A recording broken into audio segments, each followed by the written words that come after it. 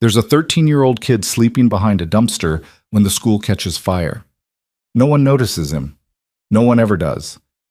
But when smoke starts pouring out of a second-floor window and everyone else runs away, he runs into the heat, into the dark, into the kind of danger that breaks grown men. And when he carries that girl out through the flames and collapses on frozen ground, the last thing he expects to hear is the thunder of Harley engines rolling across the parking lot. The last thing he expects is for the girl's father to look at him, really look at him, and see something worth saving, because Mason Creed has been invisible his whole life. And the man climbing off that motorcycle? He doesn't look like someone who lets people disappear. What happens next will tear you apart and put you back together. So if you're just finding this channel, hit that like button right now, drop your city in the comments. I want to know where in the world you're watching from tonight, and stay with me until the very end, because this one goes all the way down. Part 1. The October cold came early to Riverside that year. It arrived the way trouble always does in forgotten towns. Quietly, without announcement, settling into the bones of the place before anyone thought to look up. By the second week of the month, the temperature had dropped hard enough that the puddles behind Hargrove Middle School froze overnight, thin sheets of black ice that cracked like gunshots when the custodians walked across them in the morning dark. The maple trees along the east fence had gone bare in a single week, their leaves stripped and pasted wet against the chain link, and the sky above the parking lot hung low in the color of old dishwater, promising nothing. Mason Creed had been sleeping behind the dumpster for 11 days. The dumpster sat at the far end of the rear parking lot, wedged between a cinder block utility wall and the rusted frame of an equipment cage that nobody had unlocked in years. The gap behind it was maybe 4 feet wide, blocked from the wind on 3 sides, invisible from the building unless you specifically walked around the far corner of the lot, which nobody did, because there was no reason to. Facilities used the dumpster twice a week, Monday mornings and Thursday afternoons. Mason had learned the schedule within 48 hours of finding the spot and adjusted his movements accordingly, slipping away before dawn on those days and returning only after the truck had come and gone and the lot had gone quiet again. He'd been living in Riverside for 7 months. In that time, he had slept in 4 different locations, a park pavilion, a church vestibule, until the deacons started locking the outer door at 9, the underpass on Mercer Street, which he'd abandoned after the second night because of the men who drank there. And here, behind the dumpster at Hargrove Middle. He'd chosen it for practical reasons. The cafeteria loading dock was 40 feet away, and on Tuesdays and Fridays, the kitchen staff left the dock door propped open while they moved supplies. And during that window, the smell of warm food and industrial dishwater drifted across the lot like something almost bearable. The school's heating exhaust vents were positioned along the back wall, and when the wind came out of the north, the warmth hit the gap behind the dumpster and made the temperature there feel almost 10 degrees warmer than the open air. Almost. He was 13 years old and he weighed maybe 110 pounds, and the cold was winning. He knew it was winning the way you know things you've stopped arguing with. Not with panic, but with a kind of flat and exhausted acceptance. His sleeping bag had been a good one, once. He'd found it at the Salvation Army drop-off on Route 9 back in April when the weather was still workable and survival felt almost manageable. Since then it had been rained on, dried badly, rained on again, and somewhere around August it had developed a smell that no amount of creek water could touch. The insulation had compressed and clumped, and now there were cold spots all the way through it that he could feel when he woke at 2 in the morning, the kind of cold that sat in your hips and your shoulders and radiated inward until you couldn't tell if you were shivering or just vibrating with exhaustion. He had a hoodie, 2 t-shirts worn at the same time, a pair of jeans he'd found in a donation box outside the Methodist church, and 1 pair of socks that he washed every 3 days in the creek behind the dollar store parking lot and dried in the heating vent gap during school hours when the building was occupied and the vents were running hot. His shoes were wrong for the cold. Canvas low tops, 1 size too large, stuffed at the toe with a folded section of newspaper. He'd stopped thinking about what he looked like. That kind of self-consciousness required energy he no longer had. What he still had, what he'd held on to the way a drowning person holds on to the specific shape of a log rather than just floating material, was his notebook. Black cover, wire-bound, most of the pages filled now in handwriting that had gotten smaller and smaller as he rationed paper without consciously deciding to. He wrote in it every morning, sitting with his back against the dumpster's warm metal side when the vent exhaust was running, knees pulled to his chest, pen moving fast because his hands went stiff quickly. He wrote down what he'd seen the previous day, what people had said, what the sky looked like, things he overheard through windows and chain-link fences and half-open doors. He didn't write about himself much. There wasn't much to say that the writing didn't already imply. He'd been awake for 40 minutes that Tuesday morning, October 14th, eating the last of a packet of peanut butter crackers he'd found undamaged in a cafeteria trash bag 3 days earlier, watching the pale sky above the equipment cage lighten from black to the color of a bruise when he smelled the smoke. It came from the east side of the building first. He noticed it as a sharpness underneath the usual morning smells of exhaust and wet asphalt and the diesel from the school buses idling along the front circle. Not garbage smoke, not cigarette smoke. Something hotter and more chemical, something with a plastic edge to it that hit the back of his throat wrong. He capped his crackers, stood, and moved around the equipment cage to see. The east wing was a single-story annex built in the 70s, all flat roof and cinder block and windows set high in the walls, used for shop class and storage. Smoke was pushing out from under the double doors at the far end, not in a dramatic billow, but in a low, pressing seep, the kind of volume that meant the source was established and had been burning for a while already. As Mason watched, the smoke changed color, going from gray to a brown-tinged black, and he heard the pop of something structural giving way, distant and muffled, inside the building. Then the fire alarm went off. The sound was enormous. It cracked across the frozen parking lot, and Mason felt it in his back teeth. Within 60 seconds, the building was erupting in the controlled chaos of a practice drill. He could hear the teachers calling cadences through the windows, heard the institutional thunder of hundreds of kids moving through hallways at directed speed, saw the first classes beginning to emerge from the west side exit doors and move in double lines toward the far end of the athletic field. The buses along the front circle began pulling forward to make room. Someone was shouting into a radio at the building's main entrance. In the distance, so far away it sounded almost irrelevant, a siren started. Mason didn't move. He stood at the corner of the equipment cage and watched the way someone watches a thing they already know is going to require something from them. Not with excitement, not with fear, with the kind of steady, cold assessment that 7 months of living outside had sharpened in him. The part of his brain that was always running math, always calculating what was real and what was manageable, and what the difference between those things was going to cost him. The annex was burning. The main building was evacuating. The teachers were moving kids away from the structure, away from him, toward the field. In another 5 minutes, the lot would be full of emergency vehicles and adults and eyes. He needed to leave. He turned back toward the dumpster to grab his bag. Then he heard the sound from the second floor of the main building. It was almost nothing, a palm striking glass maybe. The flat, slightly hollow percussion of a hand hitting a window from the inside repeated twice, then 3 times. He wouldn't have heard it at all if the alarm hadn't cycled between its 2 tones at exactly that moment, creating a half-second of relative quiet, and if he hadn't already been listening to everything the way he always was. He looked up.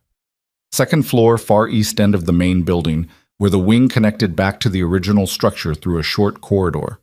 Room 214, if the numbering was consistent. He'd studied the building's exterior enough to know the general layout, the way you study buildings when you're trying to understand which doors might be unlocked at which hours. The window was one of the older sliding types, the kind with a metal latch that could stick, and he could see through the glass, even from 40 feet below and at an angle, a figure pressing against it. Small, slight. A girl, he thought. Maybe 11, maybe 12. Dark hair, one hand flat against the glass. Beneath her, through the corridor window to her right, smoke was already starting to seep under the connecting door. The east wing fire had entered the corridor. Mason took one breath, let it out. Then he was moving. He didn't make a decision about it exactly. There wasn't a moment of heroic resolution. There was simply the sight of a person trapped behind glass with smoke below her. And then there was his body already running toward the building's east service entrance, which he knew from 7 months of observation was often left unlatched during school hours because the custodian propped it with a folded cardboard wedge while he moved supplies between the storage room and the annex. It was still propped. Mason was through it and into the stairwell before the thought of danger completed itself in any conscious language. The smoke in the stairwell was thin. This was still the main building, not the annex, and the fire's intrusion was early. But thin smoke in a closed stairwell is still enough to make your eyes water and your lungs tighten, and by the time he hit the second-floor landing, Mason was already pulling his hoodie collar up over his mouth and nose, breathing through the fabric, his eyes stinging. The alarm was deafening in the enclosed space. He hit the second-floor door and moved into the hallway. Room 214 was at the far end of the corridor, past a set of lockers and an intersection where the connecting hallway to the east wing met the main hall. The connecting corridor door, a heavy fire door normally held open by a magnetic keeper that released when the alarm tripped, was already closed, doing its job, but the seam along the bottom was glowing, actual orange glow, which meant the annex fire was close to the other side of that door and had enough heat built behind it to illuminate the gap. The smoke in the main hallway was light but moving, pushed by the pressure differential from the stairwell, and Mason could see well enough to run. He ran. His canvas shoes were silent on the linoleum, except for a slight squeak on every third stride. He passed the lockers, passed the intersection, caught the heat from the fire door on the left side of his face, felt it like standing next to an oven with the door open, and then he was past it and standing in front of 214. The door was locked. Not just closed, the handle wouldn't turn at all when he tried it, which meant it had either latched automatically on an alarm trigger or someone had locked it manually before evacuating and somehow missed the girl. He yanked it twice, knowing it was useless, then stepped back and looked at the door frame. Old building, original hardware. The door fit the frame with the slightly imprecise gap of something installed in another decade, and the wood around the strike plate had the faint gray softness of long-term humidity exposure. He drove the heel of his foot into the door 3 inches from the handle. It didn't give. His foot stung badly all the way up to his knee, and he stumbled against the opposite wall. He tried again, this time with his shoulder, all his momentum into the area just above the handle. The frame cracked. Third hit, same spot. The door swung inward. She was on the floor by the window, not unconscious but close to it. Her eyes were open but unfocused. Her breathing was audible and wrong, a shallow, rapid rhythm that said her body had already taken in too much. She'd been smarter than she knew by staying low. The smoke near the ceiling of the room was visibly layered. A brown murk gathered in the upper half of the space, but near the floor the air was still breathable. She'd slid down from the window at some point and just stayed down. Her name, he would learn later, was Harper Vale, and she was 12 years old, and when Mason crouched beside her, she looked up at him with dark eyes that were red-rimmed and streaming and said something that the alarm swallowed whole. "Come on," he said. He got his hands under her arms. She was light, lighter than he expected, and either the adrenaline or the months of hauling his own pack through creek beds and parking lots meant he could move her even with his arms burning. He got her upright, and then half-carried, half-guided her into the hallway, keeping low, moving back toward the stairwell. The heat from the fire door intersection hit them as they passed. Mason angled them to the right, to the far wall, as far from the glowing seam as possible, and then they were past it and into the stairwell and moving down. The stairwell was worse now. More smoke. He couldn't see the far wall. He kept his hand on the railing and counted steps. 1 flight, 12 steps. Turn, 12 more steps. He hit the ground floor door and pushed through, and they were outside, through the service entrance, into the frozen October air that hit his face and lungs like drinking cold water too fast, sharp and almost painful, and completely clarifying. They made it 10 feet from the building before Harper's legs stopped working the way legs are supposed to work, and they both went down onto the frozen grass in a controlled collapse. Not a fall, not exactly, more like a mutual decision to stop moving and accept the ground. Mason ended up on his back. The sky above him was pale and enormous and absolutely, perfectly cold. He could hear the sirens now, very close. The first truck's already turning in from the street. He could hear the alarm still screaming. He could hear Harper beside him breathing in long, shuddering pulls, each one more stable than the last. He lay there and breathed. Then he heard the engines. Not fire trucks, not the tight mechanical sound of emergency vehicles. Something heavier, lower, a sound that moved through the ground as much as through the air. A sound with weight in it, with presence, with a kind of authority that had nothing to do with sirens or badges. It rolled across the parking lot from the direction of the main entrance, and it kept coming, multiplying, 3 engines and then 5 and then more, and Mason turned his head against the frozen grass and looked. They came through the front gate of the parking lot in a loose formation, 7 motorcycles, Harleys from the sound of them, big touring models with chrome work that caught what little morning light there was. They weren't rushing. They moved with the specific controlled slowness of people who go fast when they need to, and slow when slow means more. The riders wore leather, dark colors, cuts with patches on the back that Mason couldn't read from the ground. They pulled into the lot and stopped in a line near the front building entrance, engines cutting one by one in a staggered sequence, and the quiet that came after was the sudden specific quiet of things that had just been enormous. One of them was already off the bike before the engine finished dying. He moved wrong for someone who just parked a motorcycle, or he moved right, depending on how you defined it. He moved like someone who had already processed the situation from a distance and arrived with the assessment already complete. He was tall. Not just tall, but the kind of tall that changes the geometry of whatever space it enters, that adds a vertical axis to every situation and reminds everyone else in the room, or in this case the lot, that physical presence is its own kind of language. He wore a dark leather cut over a heavy jacket, and his hair was close cropped on the sides in a way that suggested it had once been kept much shorter and had been allowed to grow back only part way. He had the kind of hands that look like they've broken things and been broken themselves and continued being used regardless. He was walking toward them, toward Harper. And then Harper made a sound Mason had never heard from another person. Not a cry, not a word, something in between, something that contained an entire emotional geography. And she was pushing herself up from the frozen grass, and the man was already crouching, already catching her, already saying something low and continuous that Mason couldn't hear because the sirens and the alarm were still going. But he could see it. The way the man held her, both arms, completely.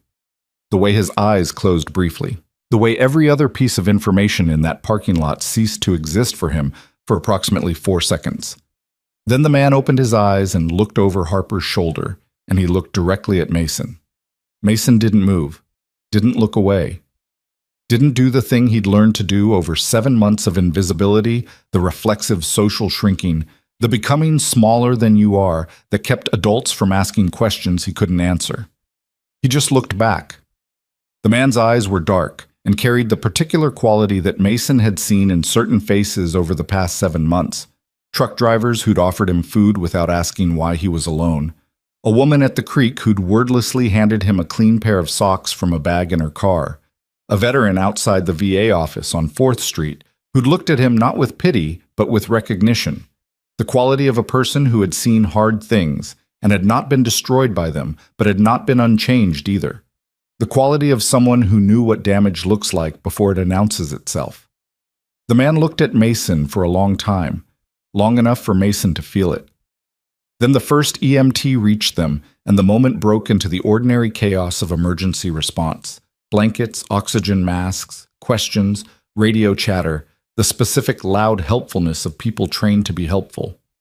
Mason let himself be guided to the edge of the scene, wrapped in a thermal blanket that crinkled when he breathed, sat on the bumper of a fire truck that someone indicated and then forgot about him. He watched the man with Harper from across the lot. The EMTs tried to get Harper onto a stretcher. The man stayed close, one hand always either on her shoulder or within immediate reach of it, talking to the medics in a low voice that Mason could see had a particular register. Not aggressive, not pushy, but absolute. The voice of someone who gives information rather than asking for permission. One of the EMTs said something and nodded at Mason. The man turned and looked across the lot again. Mason looked at the ground. He did not look up when he heard the boots on the asphalt. Hey. The word was quiet, not loud for a parking lot full of emergency sound, but the acoustic quality of it was such that it cut through everything else the way a low note cuts through noise, not by being louder, but by being different. Mason looked up. The man was crouching in front of him, at eye level, which is a choice. The choice not to stand over someone, not to use height as default authority. Mason noticed this. He noticed everything. "You went in?" the man said. Mason nodded once. "For her." Not a question. Mason held the man's gaze for a moment and then glanced away, not from weakness, but because something about the directness of it was more than he'd been ready for. "She was at the window," he said. His voice was hoarser than he'd expected. Smoke and cold. Nobody else saw her. The man was quiet for a moment. He looked at Mason the same way he'd looked at him from across the lot. The same unhurried, specific attention that most people didn't bother with, like reading something carefully rather than scanning it. "What's your name?" "Mason." "Mason what?" A pause. One beat too long. "Creed." The man absorbed this without reaction. "Griffin Mercer," he said. "Harper's my daughter." He extended his hand. Mason shook it. The man's grip was what you'd expect, and also somehow more than that. Not a crushing demonstration, but a real grip, the kind that communicates the person behind it. "Thank you," Griffin Mercer said. Mason had been thanked before. People thank you for holding doors, for not being in the way, for answering questions correctly. He had been thanked in the abstract, grateful for your service way that means nothing is owed. This was not that. This was the specific weight of a person who knew what the alternative looked like and was not pretending it didn't matter. Mason didn't know what to say. He nodded again. Griffin Mercer stood. He looked back toward Harper, who was on the stretcher now, oxygen mask in place, watching them both from across the lot with eyes that were still streaming but had regained their focus. Then he looked back down at Mason with an expression Mason couldn't fully read. Something being decided, or something already decided being acknowledged. "You coming to the hospital?" he asked. "What?" "Someone should check you out. You were in there." "I'm fine." "Maybe." Griffin Mercer studied him a moment longer. "The EMTs said you need to be checked regardless. You inhaled smoke. Come on." He said it in the same way he'd talked to the medics, and not a question, not exactly a demand. A statement of what was happening next. And Mason, who had been saying no to adults for 7 months with a practiced fluency, found himself standing up from the fire truck bumper and following the man across the parking lot toward the ambulance. Later, he would spend a long time trying to understand why. The answer he arrived at was the only honest one. It was the first time in as long as he could clearly remember that someone had offered him something and not waited to see if he was worth it first. The ride to Riverside General was loud and bright and smelled of antiseptic and rubber and the particular sweetness of oxygen equipment. Harper was on the main gurney with a paramedic attending. Mason sat on the jump seat along the wall, thermal blankets still around his shoulders, watching the interior of the ambulance with the careful cataloging attention that had become his default mode. Everything new was worth mapping. You never knew what you'd need to know. Griffin Mercer rode with them. He sat across from Mason with his elbows on his knees and his hands loosely clasped, and for most of the ride he watched Harper with an expression that Mason understood without being able to name, the expression of someone for whom the cost of loss is not theoretical. Once, he looked across at Mason. Mason was staring at the equipment panel on the wall, not really seeing it. "You cold?" Griffin asked. Mason shook his head. "You're still shaking." Mason looked down at his hands. They were, in fact, still trembling slightly. He hadn't noticed. "Adrenaline," he said.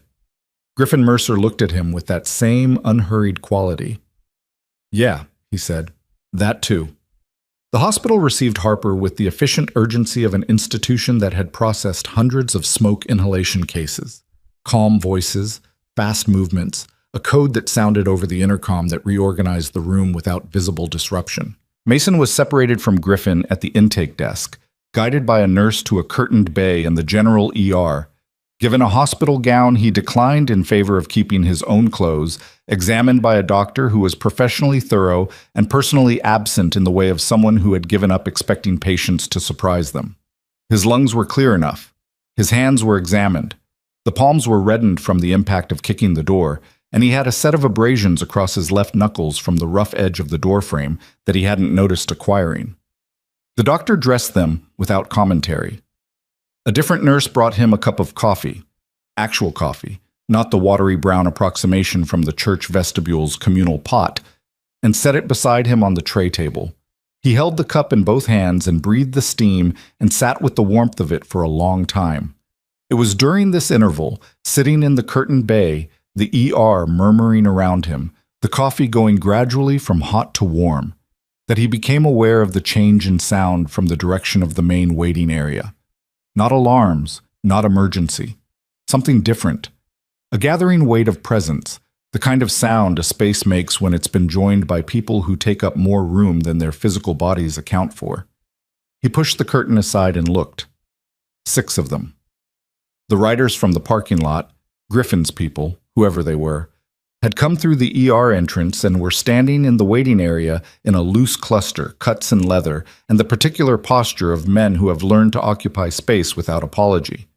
They weren't loud. They weren't making a scene. They were simply there, in the way that a wall is there, and the waiting room had unconsciously reorganized itself around them.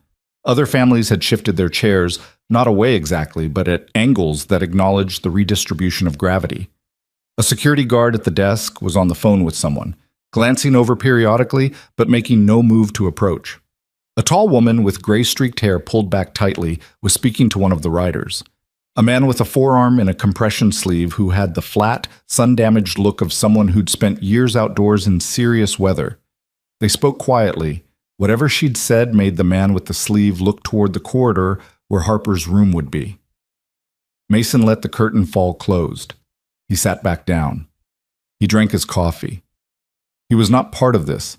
He'd done what he'd done, and it was over. And these people, whoever they were, whatever they were to each other, they were a world he didn't belong to.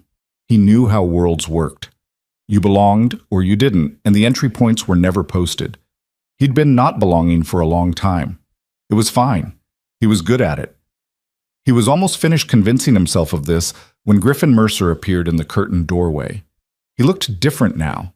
Not calmer exactly, but shifted, like something had been decided in the interval, and the decision had settled his weight differently.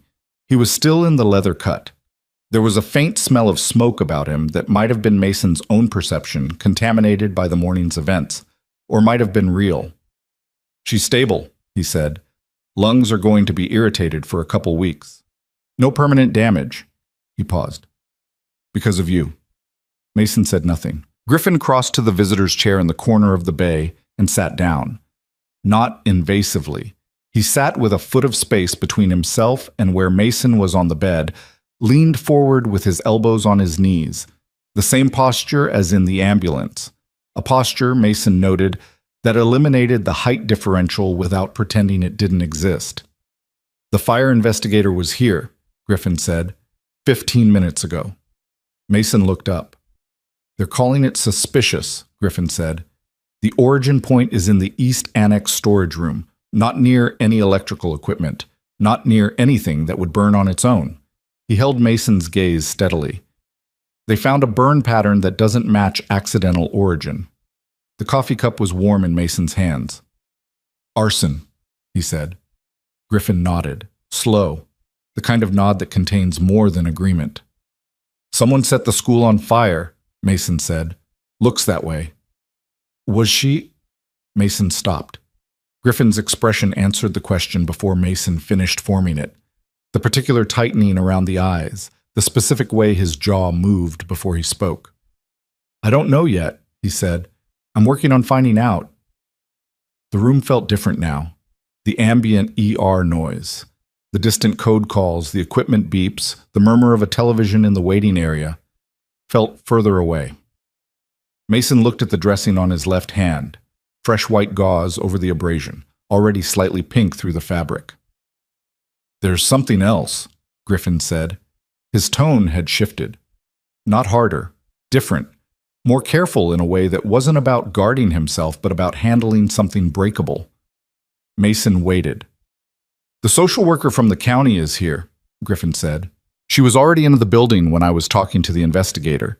She came because you're a minor and they needed next of kin information for the medical forms." He stopped, looked at his own hands for a moment. "She couldn't find anything. Your parents, Guardians. Emergency contact. He looked up. There was nothing to find. The silence between them was a very specific kind of silence, the kind that exists when the truth is present in a room before anyone has spoken it aloud. Mason looked at the curtain, at the pale institutional fabric with its generic blue geometric pattern, at the small gap at the bottom where the linoleum floor showed through. His chest was doing something he'd learned to manage, a tightening, a pressure, the body's way of preparing for the vulnerability of being seen. How long? Griffin asked. Just that. Not how long have you been homeless. Not how long have you been alone. Just how long. The compression of the question into those two words felt like being looked at by someone who could see the actual shape of things without requiring them to be explained. 7 months, Mason said. His voice came out flat and even. He'd practiced that. The flatness was a skill. Griffin didn't react with the expression Mason was used to. The pity face, the alarmed face, the calculating face that meant someone was already thinking about what they were required to do legally. He reacted by going very still. The specific stillness of a person absorbing something, not moving past it, just letting it land. 7 months, Griffin repeated quietly. Not a question, an echo. The kind that says, I heard you. I've been fine, Mason said, and the words were automatic and meaningless, and they both knew it. Griffin nodded once, not agreeing, acknowledging. Okay, he said. They sat in the curtained bay for another moment. The hospital moved around them. Somewhere down the corridor, a child was crying, and a woman's voice was doing the work of comfort. Your people outside, Mason said. The ones in the waiting room. Griffin glanced toward the curtain. My brothers, he said.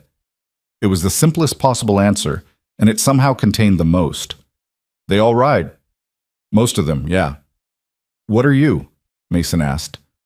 Not meaning it rudely, meaning the actual question, the structural one. Who are these people? What is the shape of them? How do they organize? What holds them together? Griffin seemed to understand. Brotherhood, he said. Iron Shepherd MC. We're based here. We've been here about 12 years. Most of our guys did service. Military, fire, EMS, law enforcement. We got out of those lives and we needed somewhere to land. He paused. We do community work, protection stuff, anti-trafficking, missing persons response, some domestic violence advocacy. Mostly we're just men who needed people and found each other. Mason absorbed this. You all have families? Most of them, yeah. Griffin's voice had a particular quality on the word families. Not pride, exactly. Something quieter, something that knew what it was worth. Mason looked at the floor. He was calculating, as he always was. But this calculation was different from the usual kind. Not which door was unlocked, not what the temperature would be overnight, not how many days until the next donation truck came by the Salvation Army on Route 9. This calculation was the dangerous kind. The kind that involves asking whether something that looks real might actually be real. Whether the warmth in the man's voice when he said brothers might be what it sounded like. Whether any of it might mean anything that would survive contact with the morning. He had done this calculation before. He knew exactly how it ended. I should go, Mason said. Griffin looked at him without moving. Go where? Silence. Mason. The name was said with a specific weight, like picking up something carefully. The county worker is going to want to talk to you. About placement. About what happens next. He held Mason's gaze. I'd like to be part of that conversation, if you'll let me. Why? The question landed blunt and direct, the way Mason had learned to ask things, stripped of social cushioning, because social cushioning was an energy expenditure he couldn't afford, and also, increasingly, a performance he'd lost patience with. Why? The question the world had answered the same way, over and over, for 7 months. Griffin Mercer looked at him for a long time.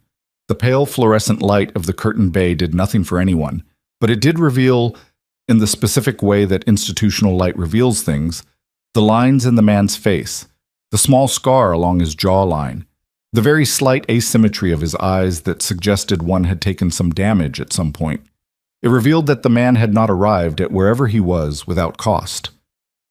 Because you ran into a burning building, Griffin said, for my daughter, whom you had never met. He paused. And because you're 13 years old and you've been sleeping outside for 7 months and you're sitting in that hospital bed telling me you've been fine, and I know exactly what that sentence costs a person to say. Mason's jaw was tight. He became aware of it as a sensation, the muscles working against each other, the jaw set in the way it had been set most of the morning without his noticing. He made himself loosen it. I don't need, he started. I know, Griffin said. You've been not needing things for 7 months. You're very good at it. His voice didn't harden. It stayed even.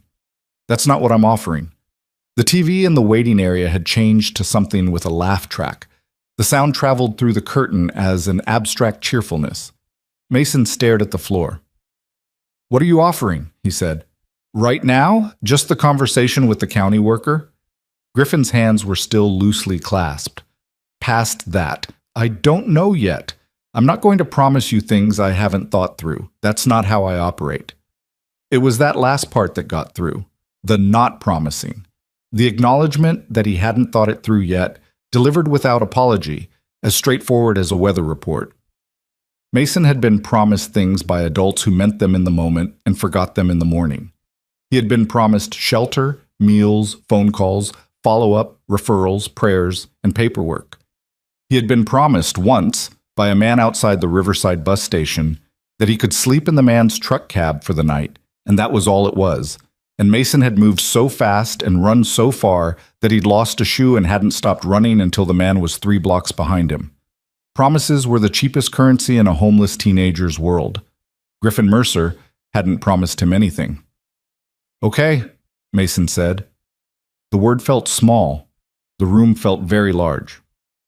Okay, Griffin said. He stood, unhurrying. Outside the curtained bay, the hospital went about its business. Somewhere down the corridor, Harper Vale was breathing carefully and stabilizing.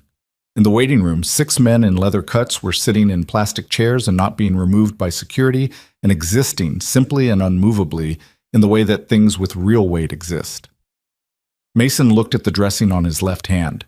The gauze was a little more pink than before. The abrasion underneath it was starting to let him know it was there, a low, insistent throb that the adrenaline had hidden and the stillness was now revealing. He became aware, sitting in that curtained bay, in that hospital, of something he hadn't felt in so long that he almost didn't recognize it. A very faint, very quiet, very dangerous thing. Something that lived in the chest just under the ribs. Something that moved toward warmth the way living things always move toward warmth, even when they've learned that warmth can be taken away. He recognized it. He didn't trust it. He put it in the same place he put everything he couldn't afford. Behind the flatness, behind the even voice, behind the 7 months of practice at being invisible and sufficient and fine. Griffin pulled the curtain aside, paused. I'll have someone send in the coffee from the vending machine in the hall. Hospital stuff is bad. Ours is worse, but it's better than... He glanced at the institutional coffee cup beside Mason on the tray table. That. He went out. Mason sat alone in the curtained bay. The sounds of the hospital moved around him. He looked at the gap at the bottom of the curtain, at the linoleum floor beyond it, at the feet of people passing. Sneakers, clogs, someone's cartwheels. The specific small parade of an institution doing its ordinary work. He sat with the warmth that shouldn't mean anything. He was still sitting with it when he heard, from the direction of Harper's room, a sound that didn't belong to hospital vocabulary. A muffled impact, glass breaking, and then immediately after a woman's voice rising sharp and cut off, and then a second impact, heavier, and then the alarms. A different kind of alarm. Not fire, not equipment fault, security breach, intrusion. The kind that meant something had entered the building that wasn't supposed to be here. And Mason was already off the hospital bed, already moving toward the sound, before the first guard's voice came over the intercom. Because there was a girl in that room, and he had already pulled her out of a burning building once today. And the man who knew who had set that fire was out in the waiting room, and somebody had come here to finish what the fire started. And whoever they were, they hadn't counted on the fact that Mason Creed had nothing left to lose. You said, Part 2. Kua Kichban Biker Cinematic này được triển khai với dung lượng mục tiêu 6.000 đến 6.500 từ, Bắt đầu trực tiếp từ điểm kết thúc của Part 1. Part 2 của kịch bản Biker Cinematic này được triển khai với dung lượng mục tiêu 6.000 đến 6.500 từ, bắt đầu trực tiếp từ điểm kết thúc của Part 1. Yêu cầu tập trung hoàn toàn vào cấu trúc mâu thuẫn leo thang. Các mâu thuẫn nội bộ giữa nhân vật chính và Biker Brotherhood bắt đầu bùng nổ, sự nghi ngờ tăng cao và những sai lầm trong quá khứ bắt đầu để lại hậu quả. Duy trì giống văn mỹ điện ảnh thô ráp, giàu cảm xúc, không sáo rỗng. Hãy kể theo ngôi thứ ba, tập trung vào hơi thở nặng nề, ánh mắt đầy sát khí, sự mệt mỏi rệu rã, tiếng động cơ Harley ngoài trời lạnh, khói thuốc dưới đèn neon và sự im lặng căng thẳng giữa các biker.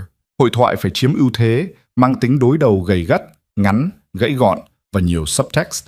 Các biker không được viết như gangster cliché, mà phải mang cảm giác dangerous but emotionally safe, silent protectors và wounded veterans. Triển khai chi tiết từng phân cảnh, scene by scene, tuyệt đối không sử dụng gạch đầu dòng, tiêu đề phụ hay nhắc đến thực thể tôn giáo. Câu chuyện phải liên tục tạo mystery mới, emotional reveal mới, hidden trauma và danger mới để giữ chân người xem. Kết thúc Part 2 bằng một nút thắt cực mạnh, The Point of No Return, khiến nhân vật không còn đường lui. Hãy trình bày trực tiếp trong tin nhắn, viết cực kỳ chi tiết từng hành động nhỏ. Nếu đặt giới hạn phản hồi trước khi đủ dung lượng, hãy dừng lại ở một câu rạng rỡ để tôi ra lệnh viết tiếp. Chỉ dần bắt buộc. Đây là một câu chuyện điện ảnh hoàn toàn hư cấu nhằm mục đích giải trí, không dựa trên bất kỳ sự kiện hay nhân vật có thật nào. Show more. Phần 9 bài Paul, Claude responded. Part 2, Part 2. The alarm was still going when Mason hit the corridor. Not the gentle pulse of a monitoring alarm or the measured cadence of a fire system running its cycle. This was the hard, flat bark of a security breach. The kind that didn't cycle between tones, but simply stayed on. A single sustained frequency that stripped the air of everything else and left only urgency. He'd heard it for maybe 2 seconds before he was through the curtain, bare feet on cold linoleum, the hospital gown he'd declined still folded on the bed behind him. He was in his jeans and 2 shirts and his canvas shoes, and he was moving down the corridor toward Harper's room at a run before he'd consciously decided to run. The corridor was already wrong. A food cart was overturned near the nurse's station, trays and wrapped utensils scattered across the floor in the specific geometry of sudden violence. A nurse was against the wall 10 feet from the station, hand pressed to her mouth, eyes tracking something down the corridor toward the east wing. A security guard was on his radio halfway down the hall, speaking in the clipped, controlled voice of training overriding adrenaline. Mason didn't stop for any of it. He turned the corner into the east wing corridor and saw them. 2 men, neither in hospital clothes, neither moving like patients or visitors. They were big, wearing dark clothing, and they moved with the deliberate economy of people who had rehearsed this or done something enough like it that the difference didn't matter. One of them had his hand on the door of the room that Mason had clocked as Harper's during the long walk from intake, the room where Griffin had disappeared earlier, and the other was positioned at the corridor's far entrance in a way that said his job was to see what was coming. The one watching the corridor saw Mason at the same time Mason saw him. For a half second, nothing moved. Then everything moved at once. The watcher took a step toward Mason. Behind him, from inside Harper's room, a sound, furniture impact, something falling, and then Griffin's voice, not words, just a sound like a person putting everything they have into a single point. The door to the room crashed open and the first man came through it backward, which was not how he'd intended to come through it, and Griffin Mercer came through it after him, moving in a way that made the corridor look smaller, and the watcher who had been stepping toward Mason reversed immediately and came up short because Griffin was already past him. And then it was not clear what happened in the precise sequence because it happened fast and in a tight space and with the specific compressed violence of men who know exactly what they're doing. What Mason registered, in the fractional intervals that the scene presented itself, the watcher going down, a sound from his direction that suggested something had connected with something structural and decided it. The first man, the one who'd come through the door backward, regaining himself and coming forward again, and Griffin meeting him with the kind of controlled efficiency that was not frantic and not angry, but was simply very, very capable. What Mason registered from Harper's room, the door was open. The room was empty, or appeared empty, and then wasn't. Harper was on the floor on the far side of the bed, folded small, knees to her chest, the hospital gown pulled around her and her oxygen tubing still attached to the wall port, dragging taut. She'd gotten off the bed and put the bed between herself and the door, and she was looking at Mason from across the room with dark eyes that were frightened and completely focused, the fear not having collapsed her, but having concentrated her. "Come on," Mason said. He heard this echo of itself.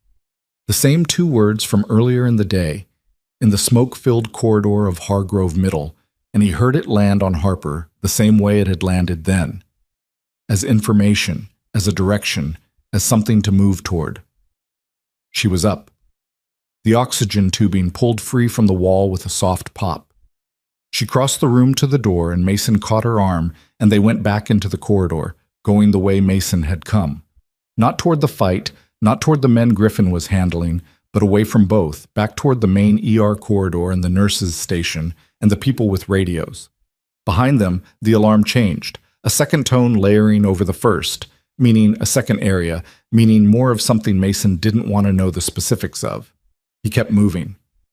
They got to the nurses' station.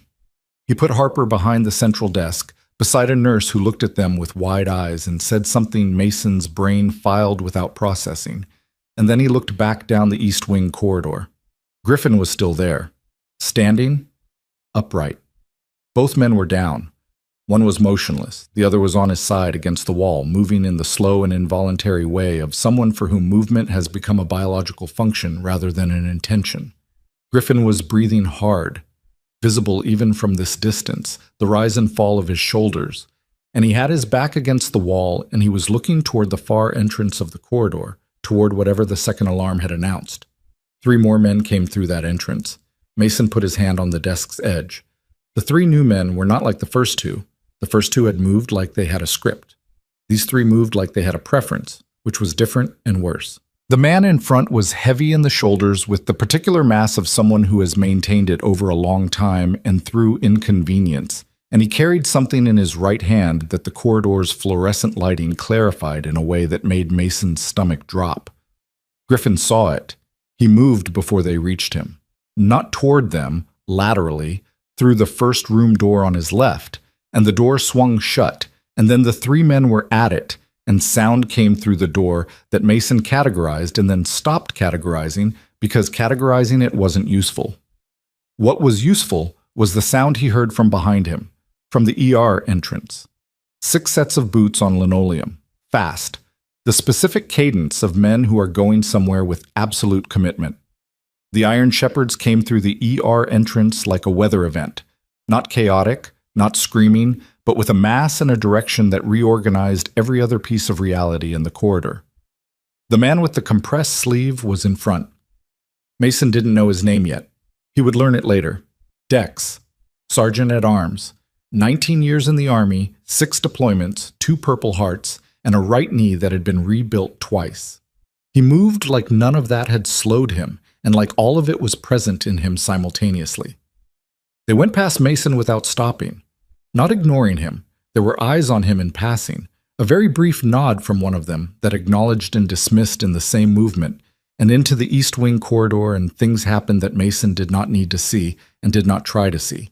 He turned back to Harper. She was still behind the desk, still folded small, but she was looking at him with those dark eyes, and the fear in them had shifted into something more complex, something that was still frightened, but was also...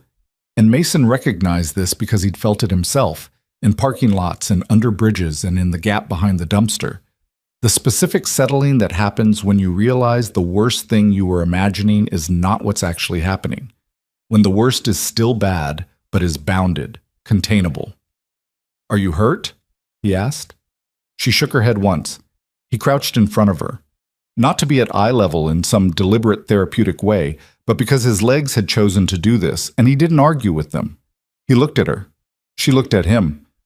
The alarm was still going, but had moved into its lower priority cycle, which meant the situation had been reported and assessed and was being managed, which meant the immediate acute phase was either over or being handled by people with more tools than he had.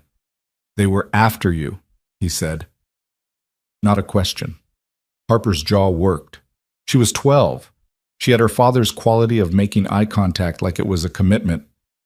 Yeah, she said. Her voice was hoarser than it had been, the smoke inhalation still in it. The first one. He said my name. He said your name. He said... She stopped, looked at her hands for a moment. He said, Harper Vale. Your father should have stayed out of it. And then my dad... She didn't finish. She didn't need to. Mason sat with this. The fire at Hargrove Middle, the arson, Harper at the window, and now 2 hours later, 2 men in a hospital room, and one of them saying your father should have stayed out of it, which meant this wasn't random. This was message. This was escalation. Someone was using Harper as a note to Griffin Mercer, and the note was written in a language that didn't allow for misunderstanding. The nurse's station phone was ringing, 3 lines simultaneously. A doctor had appeared from somewhere, moving with the directed urgency of someone who had been paged into a situation they were now responsible for. A second security guard was at the ER entrance, radio raised, talking to someone who wasn't in the room. Mason stood up. He extended his hand to Harper. She looked at it for a moment, then she took it and stood, and they stood there together behind the desk in the organized chaos of the ER's response. 2 kids who had been in a fire and then in a hospital room with men who wanted them and were now on the other side of something neither of them had the full vocabulary for yet. Griffin Mercer appeared at the end of the East Wing corridor 4 minutes later. He was upright and walking, but he was not undamaged. Mason could see this from 15 feet away. His right eye had begun to swell along the orbital ridge. Not yet dark, but thickened. The skin tight in the way that meant tomorrow it would be very dark indeed. His left hand was inside his jacket, the arm held in against his body, in the way of someone managing pain rather than treating it. The leather cut was unmarked. His face was the face of someone who had processed what had just happened and was already moving forward into what came next. He saw Harper. The space between them closed. Griffin crouched in front of her and put both hands on her shoulders and looked at her face with the total attention of a man who has recently had to contemplate an alternative. He said something too low for Mason to hear. Harper said something back. He nodded, slowly. One of his hands moved to the side of her face for a moment, not lingering, not sentimental, just real. An acknowledgement of what was still there. Then he looked up at Mason over Harper's shoulder. Second time today, he said. Mason said nothing. Griffin straightened. He stood there for a moment with his hand still lightly on Harper's shoulder, looking at Mason, and then at the corridor behind him, and then at the ER entrance where 2 of his men were now standing in the frame. His eyes had the specific quality of a person doing simultaneous calculations at multiple levels of complexity and doing them without showing the work. We're not staying here, he said. The next 2 hours were a controlled extraction. The police arrived, 2 cruisers first, then a detective, then eventually a 3rd vehicle, with county plates and 2 men in suits who spoke to the hospital administrator in a conference room for 40 minutes and came out with expressions that had absorbed more than they revealed. Griffin spoke to all of them, separately, in the specific voice Mason had clocked in the ambulance, the one that gave information without asking for permission. He was not obstructive. He was not combative. He was the version of cooperative that kept all the cards on the visible part of the table, while the more important game was being played somewhere else. Mason spoke to a uniformed officer for 12 minutes. He answered the questions that were asked. He did not add anything extra.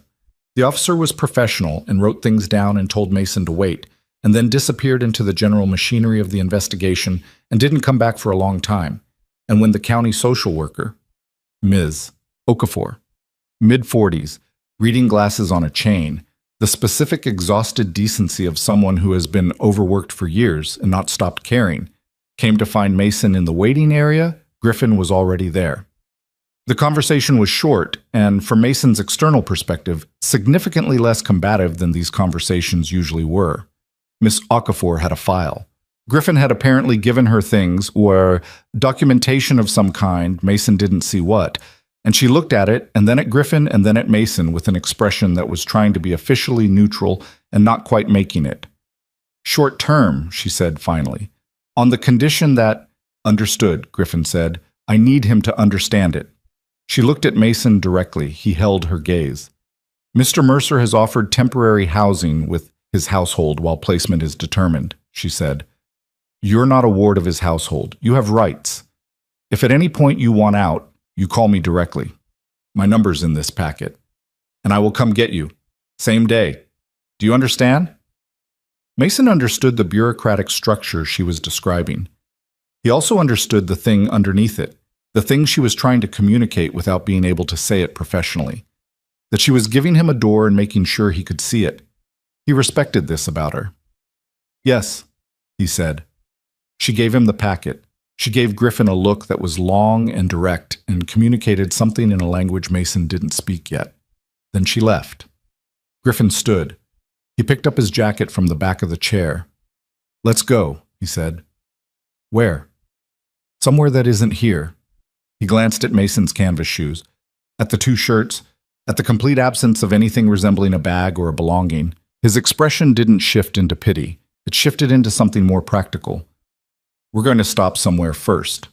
They went to a Walmart 2 miles from the hospital. Griffin bought Mason a hoodie, a pair of thermal socks, a heavier jacket, and a pair of boots that fit correctly. He didn't ask for Mason's sizes. He looked at him, estimated, and was right on the first attempt for everything except the boots, which required Mason to try a second pair. He didn't make anything of the purchasing. He stood in line at the register and paid without comment, put the bag in Mason's hands, and they walked back to the truck. Mason sat with the bag on his lap in the cab. The jacket inside was heavy and dark and smelled of new fabric and plastic packaging. He thought about the newspaper stuffed in the toe of his canvas shoes. He thought about the specific arithmetic of warmth, the calculations he'd been running since April, the constant background processing of temperature and shelter and distance and how long things would hold. He thought about how the math had just changed. He didn't know how he felt about that. The Iron Shepherd MC Clubhouse was on the eastern edge of Riverside, in the industrial quarter where the town had done its serious work before the serious work left for somewhere cheaper. The block had a tire shop, a metal fabricating business that might still be operating or might have been operating at some point, a storage facility with a chain-link perimeter, and at the far end, set back from the street behind a gravel lot, the building. It was a converted warehouse. So the bones were a 1950s-era industrial structure, 2 stories, cinder block and steel frame. But the conversion was substantial. The parking area was wide, bordered by a low steel rail with Iron Shepherd cuts hanging from it, patches facing outward, the Brotherhood's insignia visible from the street. Harley-Davidson motorcycles stood in a neat row along the near side of the lot, 8 of them, chrome, catching the parking lot's low orange light. The windows were lit. Inside the lit windows, movement. Griffin pulled the truck into the lot and cut the engine. He sat for a moment without getting out, both hands on the steering wheel, looking at the building. Mason watched him do this and understood that something was being processed that the man hadn't finished processing yet. My wife, Griffin said. He didn't look at Mason. Her name was Elena. She passed 3 years ago. A pause. Harper was 9. Another pause, longer. The men who came to the hospital today, this is connected to why she's not here anymore. I don't know the whole shape of it yet, but I know it's the same shape. He took one breath, very controlled. I'm telling you this so you understand what you're walking into. This isn't calm. What happens in the next few days, it's not going to be calm. Mason sat with this. Outside, the cold had settled in completely, the October night doing what October nights in Riverside did, pressing down on everything with a blunt and impersonal force. Through the clubhouse windows, he could see the shapes of people moving, the warm yellow light that suggested an interior that was habitable and human. You could still go with Okafor, Griffin said. She'd place you tonight. It wouldn't be ideal, but it would be safer than... No, Mason said. Griffin looked at him. You said someone set that fire, Mason said. Someone set the fire in a school full of kids. For her. He nodded toward the truck bed where Harper was asleep across the back seat, wrapped in Griffin's extra jacket. That's not something you just... No. Griffin studied him for a long time. The parking lot light caught the beginning of the bruise around his eye, the edge of it going dark gold. "You're 13, he said. 7 months ago, I was 12, Mason said. It didn't make a difference. Something shifted in Griffin's expression, not softening, recalibrating, like a scope adjusting. He looked at Mason and then he looked away, and after a moment he opened the truck door and got out. And Mason got out on his side, and Griffin lifted Harper from the back seat without waking her and carried her toward the clubhouse door, and Mason followed with his Walmart bag. The interior hit him first through smell, coffee, old leather, something cooking, cigarette smoke residue in the walls that no amount of ventilation would fully remove, and underneath all of it the specific human warmth of a space that has been lived in hard and maintained with intention. The front room was large, with a long wooden table down the center that bore the evidence of many meetings, scars, cup rings, one long groove that someone had begun to repair and apparently decided to leave. On the walls, photographs. Not the random scatter of decoration, but the deliberate display of people who wanted to remember. Men in military gear, men in fire gear, younger versions of faces Mason would come to know. A child's drawing in a cheap frame, crayon on construction paper. A row of motorcycles and riders the artist had given enormous hands. Leather cuts hung on a rack near the far wall, each one different, each one a history. 3 men were in the room when they entered. They stood, not at attention but as a reflex of respect or alertness, or something Mason didn't have a category for yet. Dex was one of them. The other 2 were new faces, a shorter man with gray in his beard who moved with the particular economy of someone for whom every physical action has been calculated against a pain budget, and a younger one, late 20s maybe, tall and rangy, with the watchful eyes of someone who had spent time being responsible for other people's safety. "Rook," Dex said. His voice had a flat Midwestern quality, the vowels short, the consonants deliberate. He looked at Griffin, at the eye, at the arm, and made no visible reaction that was not immediately contained. "How bad?" "Functional," Griffin said. "Hospital?" "No." Dex made a sound that was not agreement, but was the acknowledgement that the argument wasn't worth having right now. He glanced at Mason, not with hostility, with the particular neutral assessment of a man who categorizes people quickly and accurately, and is doing so. "This is Mason," Griffin said. "He's staying." Silence. The 3 men and Mason in the warm room with the smell of coffee and old leather. The silence lasted about 4 seconds and contained a volume of information that Mason was not yet equipped to fully decode. "Okay," Dex said. That was it. One word, flat and unelaborated, and then the room moved on, and Dex was already telling Griffin something about 2 phone calls that had come while they were at the hospital. And the younger man, Mason would learn his name was Cal, short for Calvin, former paramedic, Harper's unofficial babysitter when Griffin's work ran long, was moving toward the back hall, with Harper still asleep in Griffin's arms, to put her somewhere that was soft and warm and secure. Mason stood near the door with his Walmart bag and his 2 shirts and his canvas shoes and watched this happen. The gray-bearded man drifted toward him. His name, Mason would learn, was Pete Garland, though everyone called him Ghost, for reasons that predated Mason's arrival and that nobody had explained yet. He had done something in the army that was in a file somewhere and not discussed, and afterward he had done something in civilian life that was also not discussed. And whatever both things were, they had given him the quality of a man who understood silence as a primary language. He stood beside Mason and looked at the room. Not at Mason, just at the room. "You want coffee?" he said. "Yes," Mason said. They went to the kitchen at the back of the clubhouse.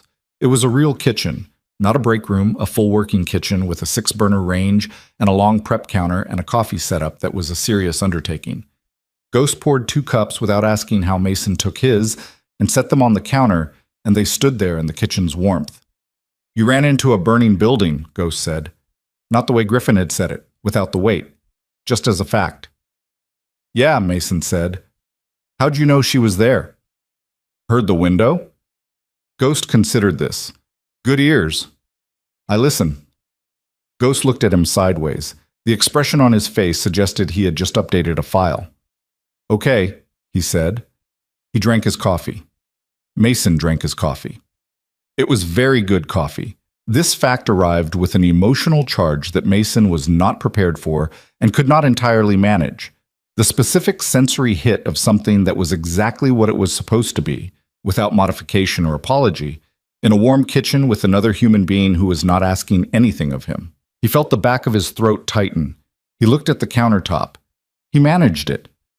This was the first night, the first of several nights in the clubhouse, during which Mason learned the structure of the place, the way he'd learned every space he'd inhabited, through observation, through the mapping of patterns, through listening. He learned that Iron Shepherd ran a schedule that had the regularity of a military operation without the rigidity of one. There were meeting hours, work hours, patrol hours. The Brotherhood did actual community work, Griffin hadn't exaggerated. And there were the hours that belonged to individuals, which were respected with the kind of deliberate non-intrusion that suggested everyone in the building knew what it was worth to have space left alone. He slept that night in a room on the second floor, a spare room that was sparsely furnished but clean, a real bed, a dresser with 2 empty drawers, a window that looked over the back of the lot where the motorcycles sat dark and still under the clear, cold sky. He lay in the bed and looked at the ceiling and felt the mattress under his back, the real mattress, the one that did not have cold spots and did not smell of 7 months of outdoor exposure, and he was so tired in his bones that he thought he would fall immediately asleep. He did not fall immediately asleep. He lay there and listened to the building settle and breathe, the low conversation from the main room, the occasional pass of a motorcycle engine from the street outside, the specific creak of old industrial structure adjusting to temperature. He lay there and felt the weight of the day accumulating, and underneath the weight he felt that dangerous thing again, the one under the ribs, and he told it firmly and quietly that it needed to wait. He fell asleep eventually. He slept for 10 hours, which was 3 more than his body had managed in a single stretch since April. He woke to voices. Not argument, not yet, but the undertone of voices doing difficult work. He lay still and let it resolve into information. 2 voices, from the direction of the main room. Griffin's, and another man's, deeper, slower, with an edge that had been sharpened by something recent. Mason got up, put on his shoes, went to the door and listened. "Can't bring a kid into this," the other voice said. "Not right now, not with what's coming." Griffin's response was too low to parse. "I'm not saying put him back on the street," the other voice again. "I'm saying we need to think about timing, about the exposure." "He's already exposed." Griffin's voice had come up enough to hear now, still even, still controlled. "They've already seen him. At the hospital." Silence. "That's the point," the other voice said, and now it had a different quality. Not combative, but genuinely troubled. The voice of someone saying a hard thing because they believe in it. "Rook, if they saw him with Harper, if they associate him with us, that kid's already a target, and we can't—" "I know." "Then you know we can't protect him and run this at the same time." Another silence.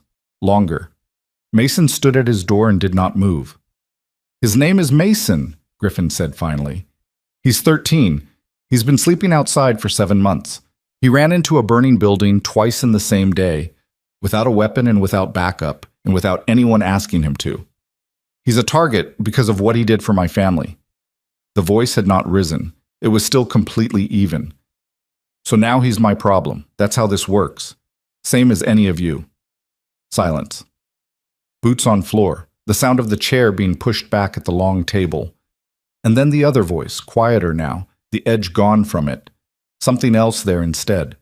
The sound of a man who has made his argument and lost it to something larger. "I'll take the overnight on Harper's door." "I know you will," Griffin said. Mason stepped back from his door. He sat on the edge of the bed in the thin morning light from the window and put his elbows on his knees and looked at his hands. The dressing on the left one, gone pink overnight.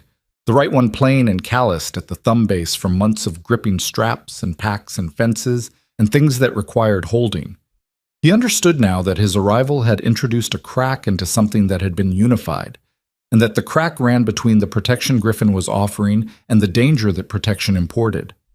He understood that there was a man downstairs who was not wrong, and a man downstairs who was also not wrong, and that the space between those two true things was the space Mason currently occupied. He sat with this. Over the following 2 days, the shape of it became clearer. The man with the deeper voice was a biker named Vic Rourke, vice president of Iron Shepherd, 16 years with the club, former firefighter, the man who had been on his phone in the waiting room when the Shepherds had arrived at the ER. He was 43, built like someone who had been taking up exactly this much physical space since he was 20 and had no plans to change it. And his relationship with Griffin had the specific weathered quality of two people who had been through enough together that disagreement between them operated at a different register than it would with anyone else. They disagreed in the language of men who trust each other, which meant the disagreements were real and fully felt, and fully expressed, and then put down when they were done. Vic was not hostile to Mason. He was something more complicated than hostile, which was that he was responsible for the safety of this brotherhood, and he was looking at a 13-year-old boy that the enemy had already seen and was calculating the exposure with the part of his brain that didn't stop even when he was sleeping. "You understand why he's worried," Ghost told Mason on the second afternoon. They were in the kitchen again. Ghost's default habitat, it appeared. He was making something with onions that smelled like the interior of a real home, a smell Mason cataloged with the same involuntary precision he cataloged everything. "Yeah," Mason said. "He's not wrong." "I know." Ghost stirred whatever was in the pot. He didn't look at Mason when he spoke, and Mason had already identified this as a characteristic. Ghost communicated most honestly when he wasn't making eye contact, as though the absence of social contact allowed something more direct. "You worried about it?" Mason thought about this. Actually thought about it, gave it real consideration, which was a thing he'd learned to do instead of answering quickly. "No," he said. "Why not?" "Because being worried about it doesn't change what it is." He paused. "I was already outside for 7 months. That wasn't safe either." Ghost made a sound. Not agreement, not disagreement. The sound of a man who has heard something that lands differently than expected. He stirred the pot. "How old were you when it started? The outside?" 12. "What happened?" Not a question with a rising inflection.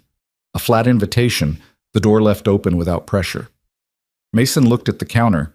The tile was old but clean, a pattern of small white squares with faded gray grout. "My mother was sick for a long time," he said. "Then she died. There was nobody else." He said it in the flat voice. The skill. Ghost stirred. "Nobody else," he repeated, not underscoring it, just holding it. "There was a foster placement, lasted 3 weeks." Mason looked at the tile. "I left." Ghost made the sound again. Then, "How'd you end up in Riverside?" "I kept moving. It seemed like a place to stop." "Why?" Mason thought about this one for longer. "The school," he said finally. "Hargrove. I liked looking at it." He felt the strangeness of saying this aloud. It was a thing he'd never told anyone, the way he'd spent a week sitting in the lot across from Hargrove before choosing the dumpster, watching the kids arrive in the morning. Not with longing exactly, but with the specific complex feeling of recognizing a world that was real and running and complete, that was going on without him, the way the world always was. The recognition was painful, and also, in a strange way, comforting. Things were continuing. The world was operational. Ghost looked at him sideways for a moment. Then he looked back at the pot. He didn't say anything about what Mason had said. He said, "You eat yet today?" "Coffee." "Sit down." Mason sat down. He was eating. Real food. Proper food. The kind of meal that had more than one component and was seasoned and hot. When Griffin came into the kitchen, he looked at the two of them, and his expression did the specific thing it sometimes did. A very brief adjustment. Something acknowledged and then moved past. He poured coffee and leaned against the far counter. "Investigator called," he said. He was looking at the window, not at Mason. "The fire at the school. They found an accelerant. Poured in a concentrated pattern from the storage room into the east connecting corridor." He stopped. "They found a burner phone near the scene. The records on it go back 4 months." He looked at Mason now. "Someone was watching that school for 4 months." Mason's fork paused. "They were watching Harper," Griffin said, "waiting for the right moment." His voice was even. It was a terrible evenness, the kind that has been constructed over something that would otherwise be very loud. The fire was meant to trap her in a building, not a general threat, a specific one. Mason sat with this. The food on his plate was still warm and smelled of the kind of care that goes into things that are made for people. He thought about Harper at the window, about the palm on the glass, about how if he hadn't been behind the dumpster, if he'd left before dawn the way he sometimes did when he was too cold to sleep, no one would have seen her in time. He thought about the burner phone records, 4 months. Someone sitting in a car or standing on a corner, watching a 12-year-old girl go to school. Who? Mason said. Griffin shook his head, not refusing to answer, not knowing, or not knowing all of it yet. There's a name, he said. A man named Ray Stull. He was connected to someone I helped put away 2 years ago. He ran distribution through this part of the county, trafficking, product, both. I worked with a federal task force. My testimony was part of what closed it. He looked at the window. Stull was supposed to be in holding. He was supposed to be unreachable. A pause. He's not. Ghost at the stove had stopped stirring. He's been out for 3 weeks, Griffin said. The paperwork. There was a filing error. His attorney found a procedural issue with the evidence chain on his specific charges. He got out on a technicality, and nobody flagged it to us. His voice was still even, still controlled, and the control was enormous. Mason could see it in the set of his shoulders, the way his hand around the coffee cup had gone slightly white at the knuckle. 3 weeks. The burner phone records start 5 days after he walked. Silence in the kitchen. He's making a statement, Ghost said. His voice was flat. Yes. Before he runs. Or before he does something bigger. Griffin looked at Mason, not with apology, not with explanation, just directly, giving the information the respect of being given straight. He saw your face at the hospital. His people did. We confirmed that from surveillance footage the detective pulled. Mason held Griffin's gaze. So Vic is right. About the exposure. Yes. Mason put his fork down. He sat with his hands flat on the table, a posture he'd arrived at without deciding to. The posture of someone who is going to say something they've already decided to say without needing additional time. I'm not leaving, he said. Griffin looked at him for a long moment. This isn't your fight, Griffin said, and the way he said it wasn't dismissive. It was the opposite. It was the acknowledgement that Mason's presence in the fight had not been elected but had been assigned by circumstances, and that Griffin was giving him the real option of not. You said it yourself, Mason said. They already saw me. I can leave and that doesn't change. He looked at his hands. And she's already seen me twice. I don't know what that means, but it means something. Griffin was quiet. Also, Mason said, I have nowhere to go. The honesty of it landed in the kitchen like a stone dropped in still water. Not dramatic, just true. Just the weight of the actual thing displacing the air around it. Griffin didn't flinch from it. He held it with the same quality he'd been holding things since the hospital parking lot. Directly, without moving past it, without translating it into something more manageable. Okay, Griffin said. Okay, Mason said. Griffin drank his coffee. Ghost stirred. The kitchen was warm and smelled of food, and the window above the sink showed the gray riverside afternoon, the cold pressing against the glass. It was 4 hours later that Vic called the emergency meeting. Mason was not invited. He was in the back lot sitting on an oil drum near the rear entrance, watching the motorcycles in the fading afternoon light. He'd been sitting there for 20 minutes, not thinking particularly, just existing in the air, which was cold but still, and had the particular quality of late October air that was not yet winter but had stopped pretending. Through the wall behind him, he could hear the meeting. Not words. The cinder block was too thick for words, just the register of voices. Griffin's even authority, Vic's deeper, more forceful cadence. 2 or 3 others he was beginning to distinguish, the rise and fall of men who have serious things to consider and know how to consider them. Then a voice he didn't recognize, higher than the others, not female, male, but younger, and carrying a quality that didn't match the rest of the room. He couldn't identify the quality through the wall. He just knew it was different. He stood up. He walked around to the front of the building and came in through the main door and stood in the entrance hallway where the voices were clearer. Can't trust the information, the unknown voice was saying. Stoll has people inside. That's been established. If the filing error wasn't an accident, it wasn't an accident, Vic said. Then someone helped him out, someone with access to the system, which means if we go to the feds, we go to Caldwell, Griffin said. Directly, not through the district office. Caldwell's been out of contact for 4 days, the unknown voice said. I've been trying to reach him. He's not returning. Silence. 4 days, Griffin repeated. Since before Stoll's people moved on Harper, the voice said. I don't think that's a coincidence. The silence that followed was the specific silence of a room full of experienced men absorbing information that changes the geometry of everything they thought they understood. Mason stood in the entrance hallway and understood what he was hearing without fully understanding the specifics. Agent Caldwell, the federal contact Griffin had used for the task force testimony, had gone dark at the same moment the enemy had activated, which meant either Caldwell was compromised, or Caldwell was in danger, or Caldwell was dead. Each option closed a door. The first one locked the room. Who are you? Mason said. The room went quiet in a different way. Heads turned. The man with the unknown voice was young, mid-20s, slight, with the specific dishevelment of someone who had been awake for more than a day and had prioritized function over appearance. He wore jeans and a department store jacket that was conspicuously out of place in a room full of leather cuts. He had a laptop on the table in front of him and an expression that was recalibrating rapidly toward Mason. Mason, Griffin started. Who is he? Mason said. The young man looked at Griffin.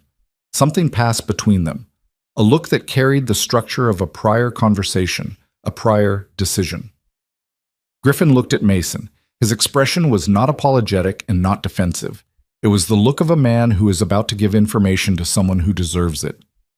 His name is Danny Cross, he said. He's been helping us build the case against Stoll for the past 8 months. He's the one who flagged the filing error. A pause. He's also the one who told us what Stoll did before he was arrested, what he did to the people who were used in his operation. Mason looked at Danny Cross. Danny Cross looked back at him with the specific quality of someone who has been living inside very bad information for a very long time and has arrived at a state that is beyond shock and has settled into something grimmer. What did he do? Mason said. Griffin said, Mason? What did Stoll do? Mason said. He looked at Griffin. You said this is connected to Elena. The room went very still. Griffin's face was a controlled thing. The control was very visible, the muscles in his jaw, the set of his eyes. He looked at Mason, and then he looked at the table, and then he looked back at Mason with the expression of a man who has been carrying something for 3 years and has just been asked to put it down in front of witnesses. Ray Stoll ran a trafficking operation through this corridor, Griffin said. Product, money, people. Elena was investigating him. She was a journalist, investigative. She'd been working the story for 14 months. He stopped, started again. She was in the wrong place, or maybe the right place. Another stop. It was ruled a hit and run. The driver was never identified. The vehicle was found 3 days later, burned. The kitchen? The photographs on the walls?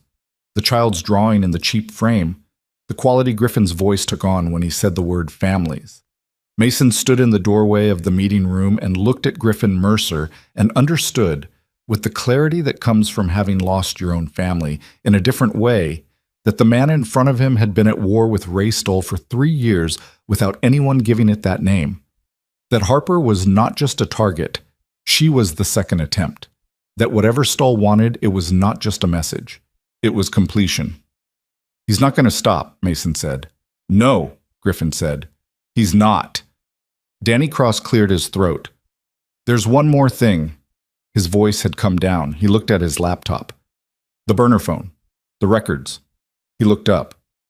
There are calls to a number we've been trying to identify for 3 months. We finally got a partial trace. He paused. It's local. Someone inside Riverside. Someone Stoll's been in contact with from inside this community. He looked at the men around the table. We don't know who yet, but the call pattern suggests it's someone with access to... He stopped. He looked at the laptop again. He looked up, and his face had gone the specific color of someone who has just seen something that reorganizes everything they thought they knew. "Griffin," he said. His voice was very quiet. "The last call on this phone was made at 11:47 p.m. last night." Griffin's expression didn't change. "From where?" Danny Cross looked at him. "From a cell tower," he said. "That covers a 2-block radius." He turned the laptop around. The cell tower's coverage area was displayed on a map. A circle. A radius.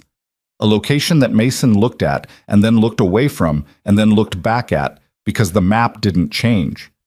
The circle covered the Iron Shepherd clubhouse. The traitor was inside. "You said..." Part 3. Nobody moved. That was the first thing. The map was on the laptop screen, and the circle was on the map, and the circle covered the clubhouse, and nobody in the room moved for approximately 4 seconds, which is a very long time when the thing everyone is processing is the specific shape of betrayal. Mason stood in the doorway and watched it happen to them. Watched the information move through the room the way a current moves through water, not visible itself, only visible in what it does to everything it touches. Vic's face went hard in a way that was different from his usual hardness, the jaw setting at a different angle, the eyes going to a specific flatness that Mason would later understand was the expression of a man suppressing something that would be catastrophic if it came out in this room. Ghost, at the back wall, went absolutely still in the way of someone who has already started processing and is 3 steps ahead of everyone else's shock. The 2 other riders Mason didn't yet know well, a man named Trace and a broad-shouldered former EMT called Briggs, looked at each other, which was the natural human thing to do when the ground shifts, and then looked immediately away because looking at each other in this context was suddenly not a safe impulse. Griffin looked at the map for a very long time. His coffee cup was still in his hand. He set it down on the table with a careful, deliberate movement, the kind of movement that is careful and deliberate because the alternative is something that cannot be undone. He straightened. He looked at Danny Cross. "Timestamp," he said. 11:47 p.m., Danny said. "Last night. 14 minutes after you and I confirmed over the phone that Stoll's people had been ID'd from the hospital footage." The room absorbed this. 14 minutes. Someone in this building had been on the phone with Ray Stoll's network 14 minutes after Griffin confirmed the enemy had been identified, which meant the call hadn't been a coincidence of timing. It had been a response to information. Someone had heard something, through a wall, through a door, through the particular permeable architecture of a building where people lived and moved and spoke, and had immediately passed it forward.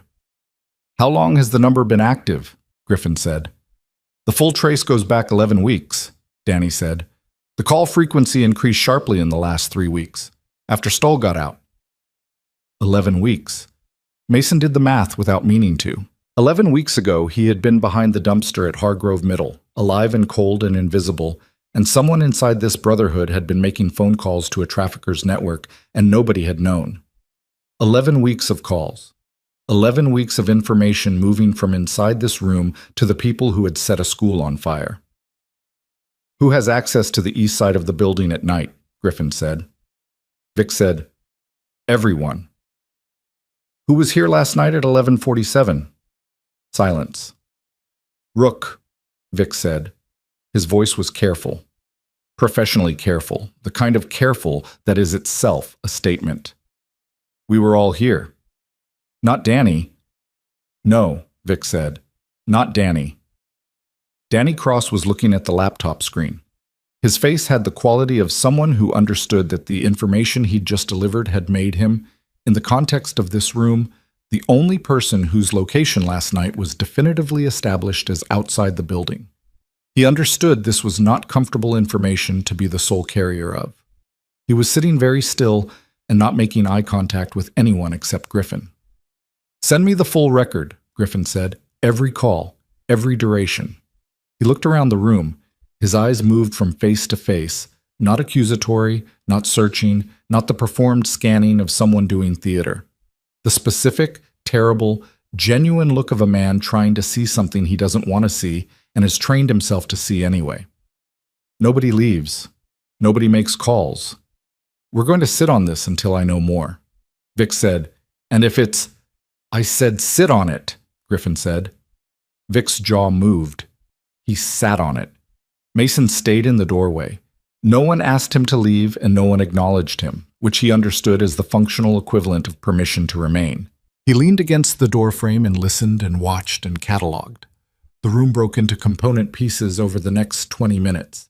Griffin at the laptop with Danny, going through the call records. Vic outside the door with Trace, speaking too low to hear. Ghost at the back wall doing the specific nothing that was actually something. Briggs at the far window looking at the parking lot with an expression that was professionally blank. Mason moved gradually from the doorway to the edge of the room and found a chair near the wall and sat in it and was still. It was during this interval that he became aware of something. He'd been watching Ghost, not purposefully. Ghost was simply the person his eyes kept returning to, because Ghost's stillness was the most information-dense thing in the room. Ghost stood at the back wall with his arms loosely crossed and his eyes moving at measured intervals, touching each person in the room and then the door and then the window and then back. A circuit. Steady. The pattern of a man running surveillance on his own environment. But twice in the past 10 minutes, Ghost's circuit had paused at Briggs. Not long. Not in a way that would be visible to anyone who wasn't already watching Ghost with attention. Just a half beat longer than the others. A fraction of additional time spent at Briggs's location before moving on. Mason looked at Briggs. Briggs was still at the window. Same position, same professional blank. His right hand was in his jacket pocket.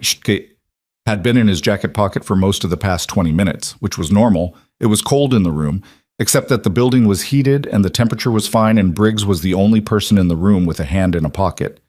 Mason looked at Ghost again. Ghost was looking at the wall. But the corner of his eye, the edge of his peripheral vision, was oriented precisely toward Briggs. Mason sat with this. He thought about the call. 11:47 p.m.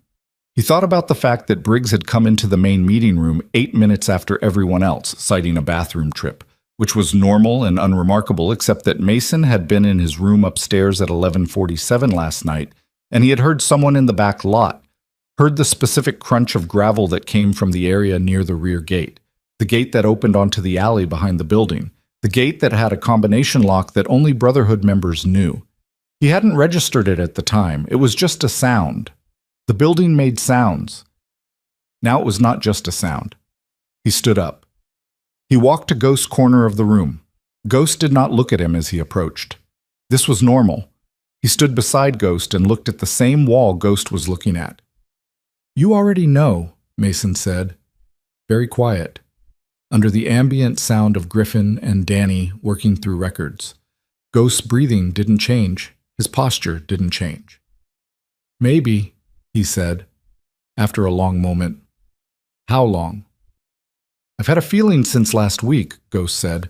"A feeling isn't a phone record." He paused. "It is now." "What are you going to do?" "Wait for Rook to get there himself." Ghost's voice had the quality of an old decision, something made and accepted long before this moment. This is his house, his call. Mason looked at Briggs at the window, Briggs's hand in his pocket. The specific stillness of a man who is managing something internal with every external resource he has. "He's going to run," Mason said. Ghost didn't answer. "If Griffin takes too long with the records..." "Mason!" Ghost said the name very quietly, the way a wall stops something. "Wait." Mason waited. It took Griffin 11 more minutes. 11 minutes of going through the call records with Danny, cross-referencing timestamps against the Brotherhood's internal log. The building had a check-in system, informal but consistent, a whiteboard at the door where members marked their in-out times when they arrived and left. It was a habit, not a requirement, but habits leave records. Griffin stood up from the laptop. He looked at the room. His eyes went to Briggs. The specific quality of Griffin's look at this moment was something Mason would not forget. It wasn't anger. Anger would have been manageable, expected, within the grammar of a betrayal scene. It was something quieter, and therefore worse. It was the look of a man who is confirming something he has been refusing to believe and is now finished refusing. It was grief wearing the clothes of recognition. "Briggs," he said. Briggs turned from the window. His face was still blank. professionally blank.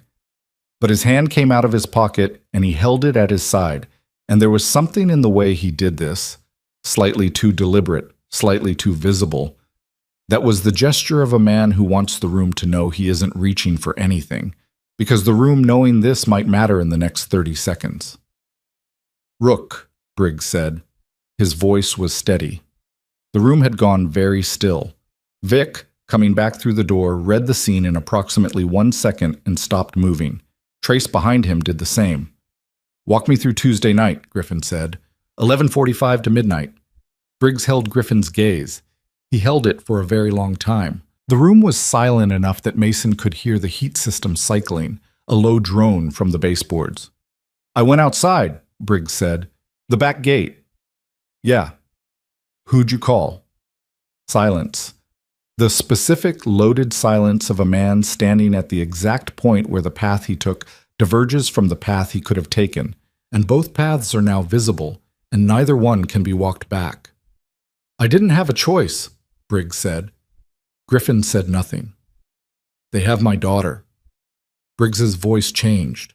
The professional steadiness cracked along one specific line. Not the word they, not the word have, but the word daughter. It cracked there, at the word that meant something that could not be made strategic. "They've had her for 3 weeks, since Stoll got out. They told me they were very clear about what would happen if I didn't." He stopped. His jaw worked. He looked at Griffin with an expression that contained both the complete knowledge of what he'd done and the specific agony of having had no architecture for doing anything different. "Her name is Mia. She's 8 years old. They took her from her mother's house in Deacon County. Her mother doesn't even know. They told her Mia was at school." The room breathed, not with sympathy, with the specific shift of people whose moral framework has just been given real weight, has been made into something with a child's name in it, and who are now required to hold two true things simultaneously. That what Briggs did was a betrayal with real consequences, and that the mechanism used to compel him was a specific cruelty that changed the shape of his guilt into something more complicated than guilt. "You told them about Elena's files," Danny Cross said. Very quiet. He'd stood up from the laptop. 3 weeks ago, the digital archive. That was how they knew what she'd found. Briggs didn't deny it. He looked at the table. "You told them about Caldwell," Danny said. "I didn't know what they'd—" "Is Caldwell alive?" Danny said. Briggs's face did something that was not an answer in words, but was absolutely an answer. Danny sat back down. He put his hands flat on the table and looked at them. Mason sat in his chair against the wall and felt the temperature of the room drop in a way that had nothing to do with the heat system.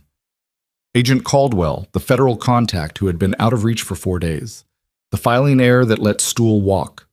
The trafficking network that had used this community as a corridor for years. Elena Mercer, 3 years in the ground. All of it ran through this moment like wires through a junction. And the junction was a man named Briggs who had a daughter named Mia and had made the only calculation available to him and had made it wrong in a way that could not be corrected. Griffin walked around the table. Briggs didn't back away. He stood at the window and let Griffin walk toward him, and he didn't move, which Mason read as the specific behavior of a man who has accepted that there are things he has coming and he is not going to insult the room by pretending otherwise. Griffin stopped in front of him. Very close. The height difference was minimal. Briggs was broad and stood straight, and they looked at each other with the specific expression of men who have shared years and trust and the kind of history that makes betrayal not just a moral category, but a personal wound. "Where is she?" Griffin said. "I don't know exactly. They move her. They send me a photo every 48 hours. That's how I know she's still—" He stopped, swallowed. "The last photo was yesterday morning. What do they want? Final ask." "The files. Elena's full archive. She was deeper into their network than they knew when they—" He stopped again. "She had names. Upstream. People above Stoll. People in Deacon County government who ran the corridors, who kept investigations from going anywhere. She had documentation." He looked at Griffin. "That's what they want. The files and your silence. Permanently." The word permanently hung in the heated air of the room.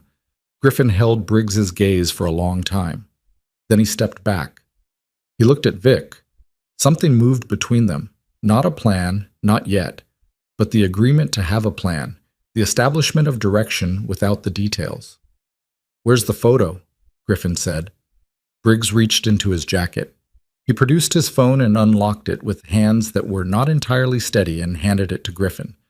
Griffin looked at the photo. His face did not change. He looked at it for a long time.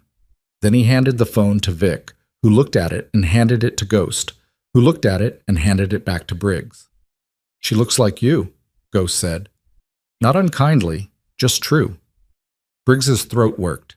He put the phone back in his pocket. "When's the next contact?" Griffin said. "They call me. I don't call them. They'll call within the next 6 hours with new instructions. They know the hospital move failed. They're going to escalate the ask." He paused. "They'll want the files by tomorrow morning. If I don't deliver—" He didn't finish. He didn't need to. Griffin turned away from him. He walked back to the table and stood with his hands flat on the surface and his head down, and the room waited. Mason watched the back of Griffin's neck, the set of his shoulders, the specific body language of a man doing very fast work with very bad materials. "Nobody tells Mason," Vic said. Griffin looked up. "He's a kid," Vic said. His voice had lost its edge. It had something else now, something more honest. The voice of a man who has been wrong about the shape of something and is adjusting. "He doesn't need to carry—" "He's in the room," Ghost said. Everyone looked at Mason. Mason looked back. He was 13 years old and he had been awake since before the fire, and he was sitting in a chair against the wall in a clubhouse that smelled of leather and coffee and the specific human residue of serious men doing serious work. And he had heard everything, and his face was the face he'd developed over 7 months of being invisible. Steady, reading, giving nothing away. "I'm in the room," he said. Vic looked at him for a long moment. Something shifted in the big man's face. The particular shift that happens when you have been carrying a position that was reasonable and defensible and have just been required to actually look at the person your position was about. "Yeah," Vic said. "Okay." Griffin straightened. He looked at Danny. "The archive. Elena's files, where are they?" "Distributed," Danny said. "She was careful. Physical drives, off-site, 3 locations. I know 2 of them. The third—" He looked at Griffin. "I know the third," Griffin said. "If we hand them over—" "We're not handing them over," Griffin said. "We're going to make them believe we're going to hand them over." He looked at Briggs. "When they call, you tell them you have what they want. You arrange a meet." He looked at Danny. "Can you build a convincing partial, enough to survive a first look?" Danny cross-rubbed his face with both hands. He looked like what he was. A young man who had been inside very bad information for a long time and had reached the specific exhaustion of someone who knows that the job is not done and will not be done for a while yet. "Give me 4 hours," he said, "and I need the real files. Not to hand over, to build the convincing partial from. I need to know what she had so I can construct something that looks like what she had." Griffin looked at the window. At the gray riverside afternoon, the same cold pressing against every window in the city, indifferent and permanent. "The real files go to the U.S. Attorney's Office," he said, "directly, not through Caldwell's chain." He looked at Danny. "You have a contact there." "I have a name," Danny said. "I've never used it." "Use it tonight." "And Mia," Ghost said. He'd moved from the back wall to the edge of the table, which for Ghost was the equivalent of anyone else standing up and shouting. "We get her first, before anything else moves." "Yes," Griffin said, "before the fake handover, before the meet, before anything. She's out first or nothing moves." "I said yes," Griffin said. He held Ghost's eyes. "I said yes." Ghost nodded. He moved back toward the wall. Mason had been watching all of this from his chair and doing the thing he always did, the thing he'd been doing since April, since before April, since the particular period in his life when he was 12. And everything that had been stable became unstable, and his mind had developed the habit of running parallel tracks, the surface track and the under track, the what is being said and the what is actually true. The under track now was running a calculation he hadn't shared and wasn't going to share yet, because sharing it required knowing whether the thing he suspected was real, and knowing that required information he didn't yet have. He got up from his chair. He walked to the door. He went upstairs. In his room, he sat on the bed and took out his notebook. The black wire-bound notebook he'd carried through 7 months of cold and rain and creek water and parking lots, and opened it to the last written page. His notes from the past 2 days, the things he'd observed and heard and cataloged. He turned to a blank page and wrote in his small, conserving handwriting. He wrote for 10 minutes. He looked at what he'd written. He looked at the wall. There was something wrong about the shape of Stoll's operation, and he'd been feeling it since the kitchen, since Griffin had told him about Elena, and he hadn't been able to identify the wrongness until the meeting room. Until Briggs. Until the word upstream. People above Stoll. Stoll was not the top. Stoll was never the top. Griffin had said task force, had said federal operation, and federal operations don't run against middle management. Stoll was a distribution node. Someone above him ran the corridors. Someone in Deacon County government, Briggs had said, who kept investigations from going anywhere. Elena Mercer had spent 14 months building documentation on a network that ran through this county. She'd been killed before that documentation could be used. 3 years later, the documentation still existed. Distributed, careful, maintained by Griffin and Danny, and the network was still trying to destroy it, which meant the people above Stoll were still in place, still operating, still protected.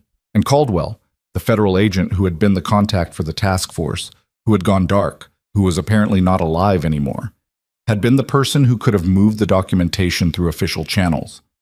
Mason wrote, "Who benefits from Caldwell being gone?" He wrote, "Not Stoll. Stoll is distribution. Stoll's people are enforcement. If Caldwell is gone, the documentation has no path forward through federal channels, which means whoever is above Stoll needed Caldwell gone more than Stoll did." He wrote, "Stoll got out on a procedural technicality. Filing error. Someone in the system filed it wrong. Not a lawyer, not from outside. Someone inside." He stared at what he'd written. He heard from downstairs the sound of boots on the stairs. Griffin appeared in the doorway of his room. He looked at Mason on the bed with the notebook. He looked at the notebook without reading it. He came in and sat on the edge of the dresser, not on the bed, not in Mason's space, at the dresser's edge, which maintained a distance that said, "I'm here, but I'm not crowding you." "You okay?" Griffin said. "Yes," Mason said. "It's a lot." "It's the shape of it," Mason said. He looked up. "Who is above Stoll?" Griffin held his gaze. "We don't know the full list." "But you have names from Elena's files." "Some." "How high does it go?" Griffin's jaw moved. The bruise around his eye had fully developed now, a deep purple gold that made his face asymmetrical. He looked at Mason with the expression of a man deciding how much to put into another person's hands. "High enough," he said, "that when we put those files in front of the U.S. attorney, it's going to take down people who have been untouchable for a long time." He paused. "High enough that the people above Stoll will burn everything before they let that happen, including this building, including everyone in it." The room was very quiet. "Including Harper," Mason said. "Yes." Mason looked at his notebook, at the page of small handwriting. "Then Danny's fake handover buys maybe a few hours," he said. "Once they look at it and know it's fake, 6 hours, maybe 8. Griffin's voice was even, the terrible evenness again. "That's all we need. The attorney's office, the real files, Mia out. 8 hours and this is over." "What if someone in the attorney's office is also—" "Mason," Griffin said. His voice stopped the question, not because the question was wrong, because they both knew the question was right, and sometimes right questions had to be put down because you had to move and you couldn't move and hold every right question simultaneously. Mason put the question down. He looked at Griffin. "What do you need me to do?" Griffin held his gaze for a long moment. The specifics of the man's face in this light, the damaged eye, the jaw, the old scar along the jaw's edge, were the specifics of a man who had arrived at this moment through a long and expensive route. "Stay with Harper," Griffin said. "Tonight. Whatever happens. You stay between her and the door." "Okay." You don't open that door for anyone except me or Ghost. You understand? Anyone else knocks, anyone else calls through, you don't open it. Okay. Griffin stood. He looked at Mason with the look that Mason was beginning to understand was the specific look reserved for things that couldn't be adequately expressed and were therefore expressed this way, by looking, by being present with the insufficiency of language. Rook, Mason said. It was the first time he'd used the name. Came out naturally, without decision, the way things come out when they're true. Griffin paused. What happened to Elena? Mason said. The documentation, her files. He held Griffin's gaze. She knew she was in danger when she was building it. She was careful with the files, 3 locations, off-site. She planned for something happening to her. Griffin was very still. She planned for something happening to her, Mason said again, which means she also planned for something after, for the files to be usable after. He paused, which means she knew who the contact was, who to send them to if she couldn't. She built a path. Griffin didn't move. Did she leave a name? Mason said. Not Caldwell. A name she kept separate. Someone she trusted completely. The one person who was outside every network that Stoll's people could touch. The silence was long. There's a name, Griffin said finally, very quiet. In the physical archive, written in her handwriting. I've had it for 3 years and I've never used it because using it meant... He stopped, looked at the floor, looked back up. It meant knowing she knew it was coming. The room held this. Use it tonight, Mason said. Griffin looked at him, at this boy on the bed with the worn notebook and the wrong shoes and the 7 months of survival calculus in his eyes. He looked at him with the specific expression that Mason had seen only twice, in the ambulance and in the ER curtain bay, the expression of a man encountering something that doesn't fit any existing category and is forcing the creation of a new one. Okay, Griffin said. He left. Mason sat alone in the room. The window showed the back lot, the motorcycles still and dark. The sky above them the specific dead color of a late October evening that has given up on light. He could hear activity downstairs, voices, movement, the purposeful sound of a plan being built from available materials in insufficient time. He could hear the rain that had started while he was upstairs, light but steady, the kind of riverside October rain that came without announcement and didn't stop for days. He looked at his notebook, at the last line he'd written before Griffin had come up.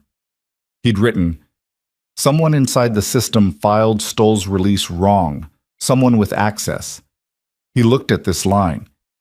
He thought about Danny Cross, young and disheveled and carrying very bad information for a very long time. He thought about the way Danny had arrived at the meeting tonight, not called by Griffin, but already there, already inside the building when Mason had heard the unrecognized voice through the wall. He thought about the call at 11:47 p.m., the tower that covered the building. He thought about Ghost's eyes on Briggs, the circuit of surveillance Ghost had been running, patient, measured, the circuit of a man who already knew and was waiting for the record to confirm what the instinct had told him. He thought about how Ghost's circuit had never, in all the time Mason had been watching, paused at Danny Cross. Not once. Which meant either Danny Cross was clean or Ghost hadn't looked at him because Ghost and Danny Cross had an understanding that predated Mason's arrival in this building and that operated outside the room's visible grammar. Mason stood up. He put the notebook in his back pocket. He went to the window and looked at the parking lot. Rain on the gravel, the orange sodium light catching it, turning the puddles between the stones into small mirrors. The motorcycles under the rain. The lot's rear gate, closed and locked. He heard it then. From somewhere outside, maybe a block away, maybe less, the sound of Harley engines. Not the shepherd's bikes, which were all in the lot in front of him. Different engines. Multiple. Idling low, the specific sound of machines at rest that are going to be moving very soon. Mason put his hand flat on the cold glass of the window. The engines idled for 10 more seconds. Then they cut. All of them, simultaneously. Which was not the sound of people parking.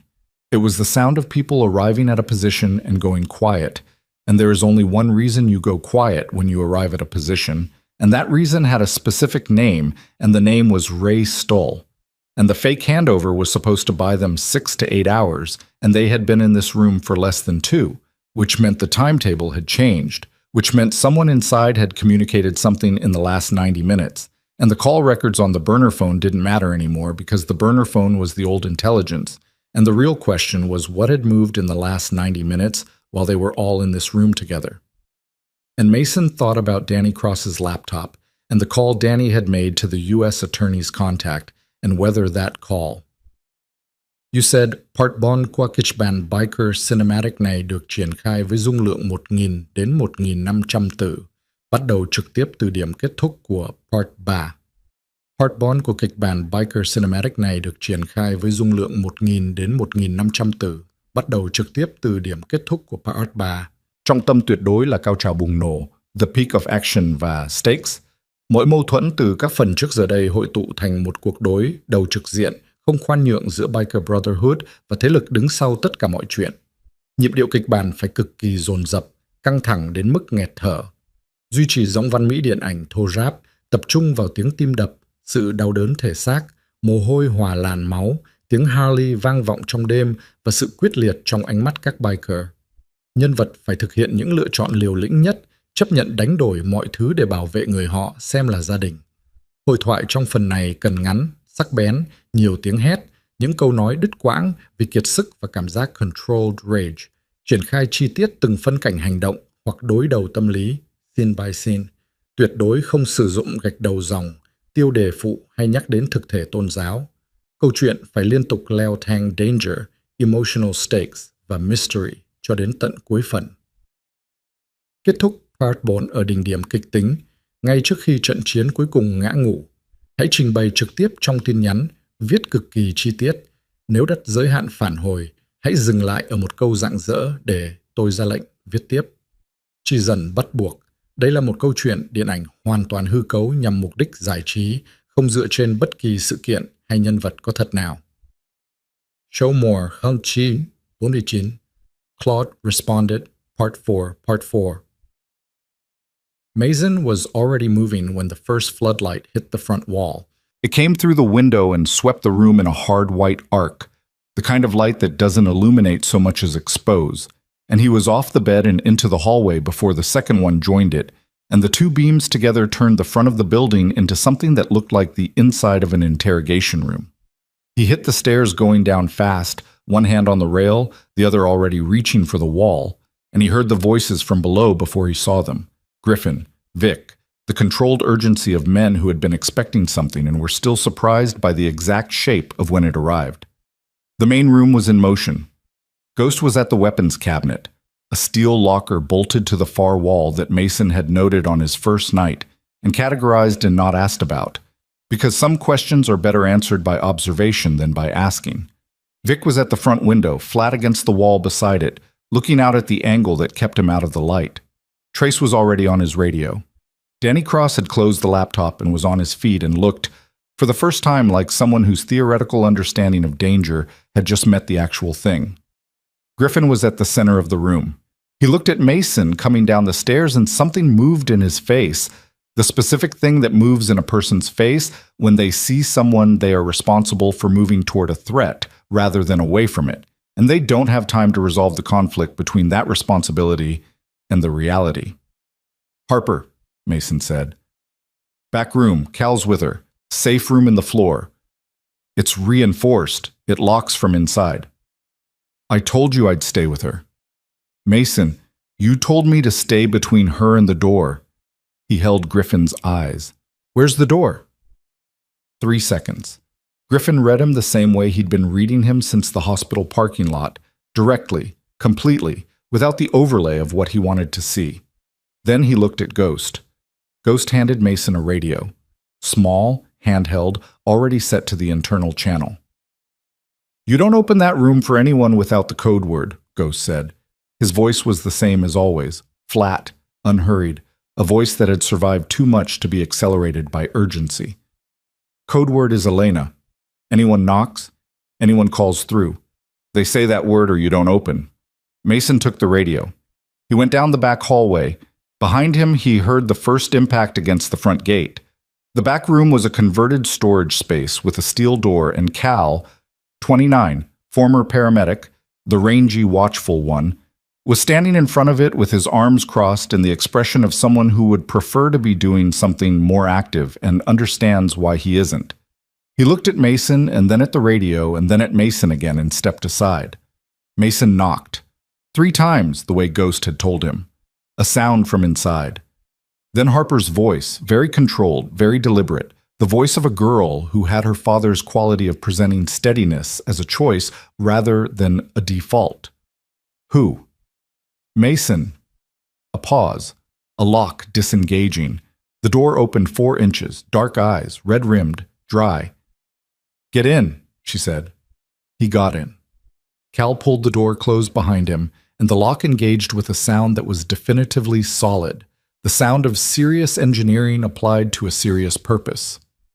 The room was small, maybe 8 feet by 10, lined with shelving along 2 walls, a camping lantern on the center shelf throwing a warm circle of light, a mattress on the floor with a sleeping bag, a case of water, a first aid kit, the specific practical provisions of someone who had thought carefully about what a person needs when the world outside the room becomes unsafe. Harper was sitting on the mattress with her back against the wall and her knees up. She had Griffin's extra jacket over her hospital clothes, and her hair was loose, and her face was the face of someone who had processed an enormous amount in a very short time and was still processing. Mason sat down on the mattress beside her. He set the radio on the shelf where they could both hear it. "How many?" Harper said. "I don't know yet. I heard engines." "Yeah. More than one." "More than one," he confirmed. She was quiet for a moment.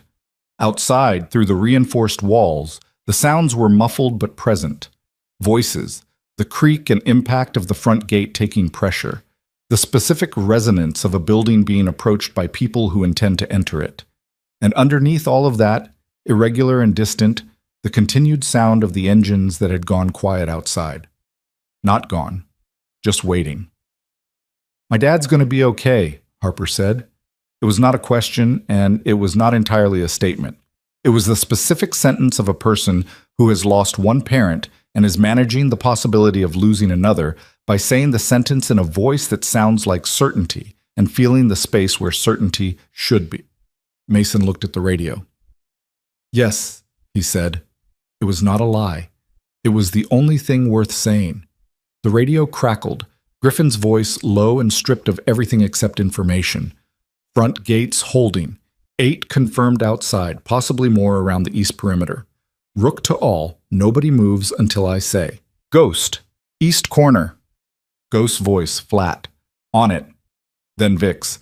"They've got a vehicle at the rear alley. Cal, check your door."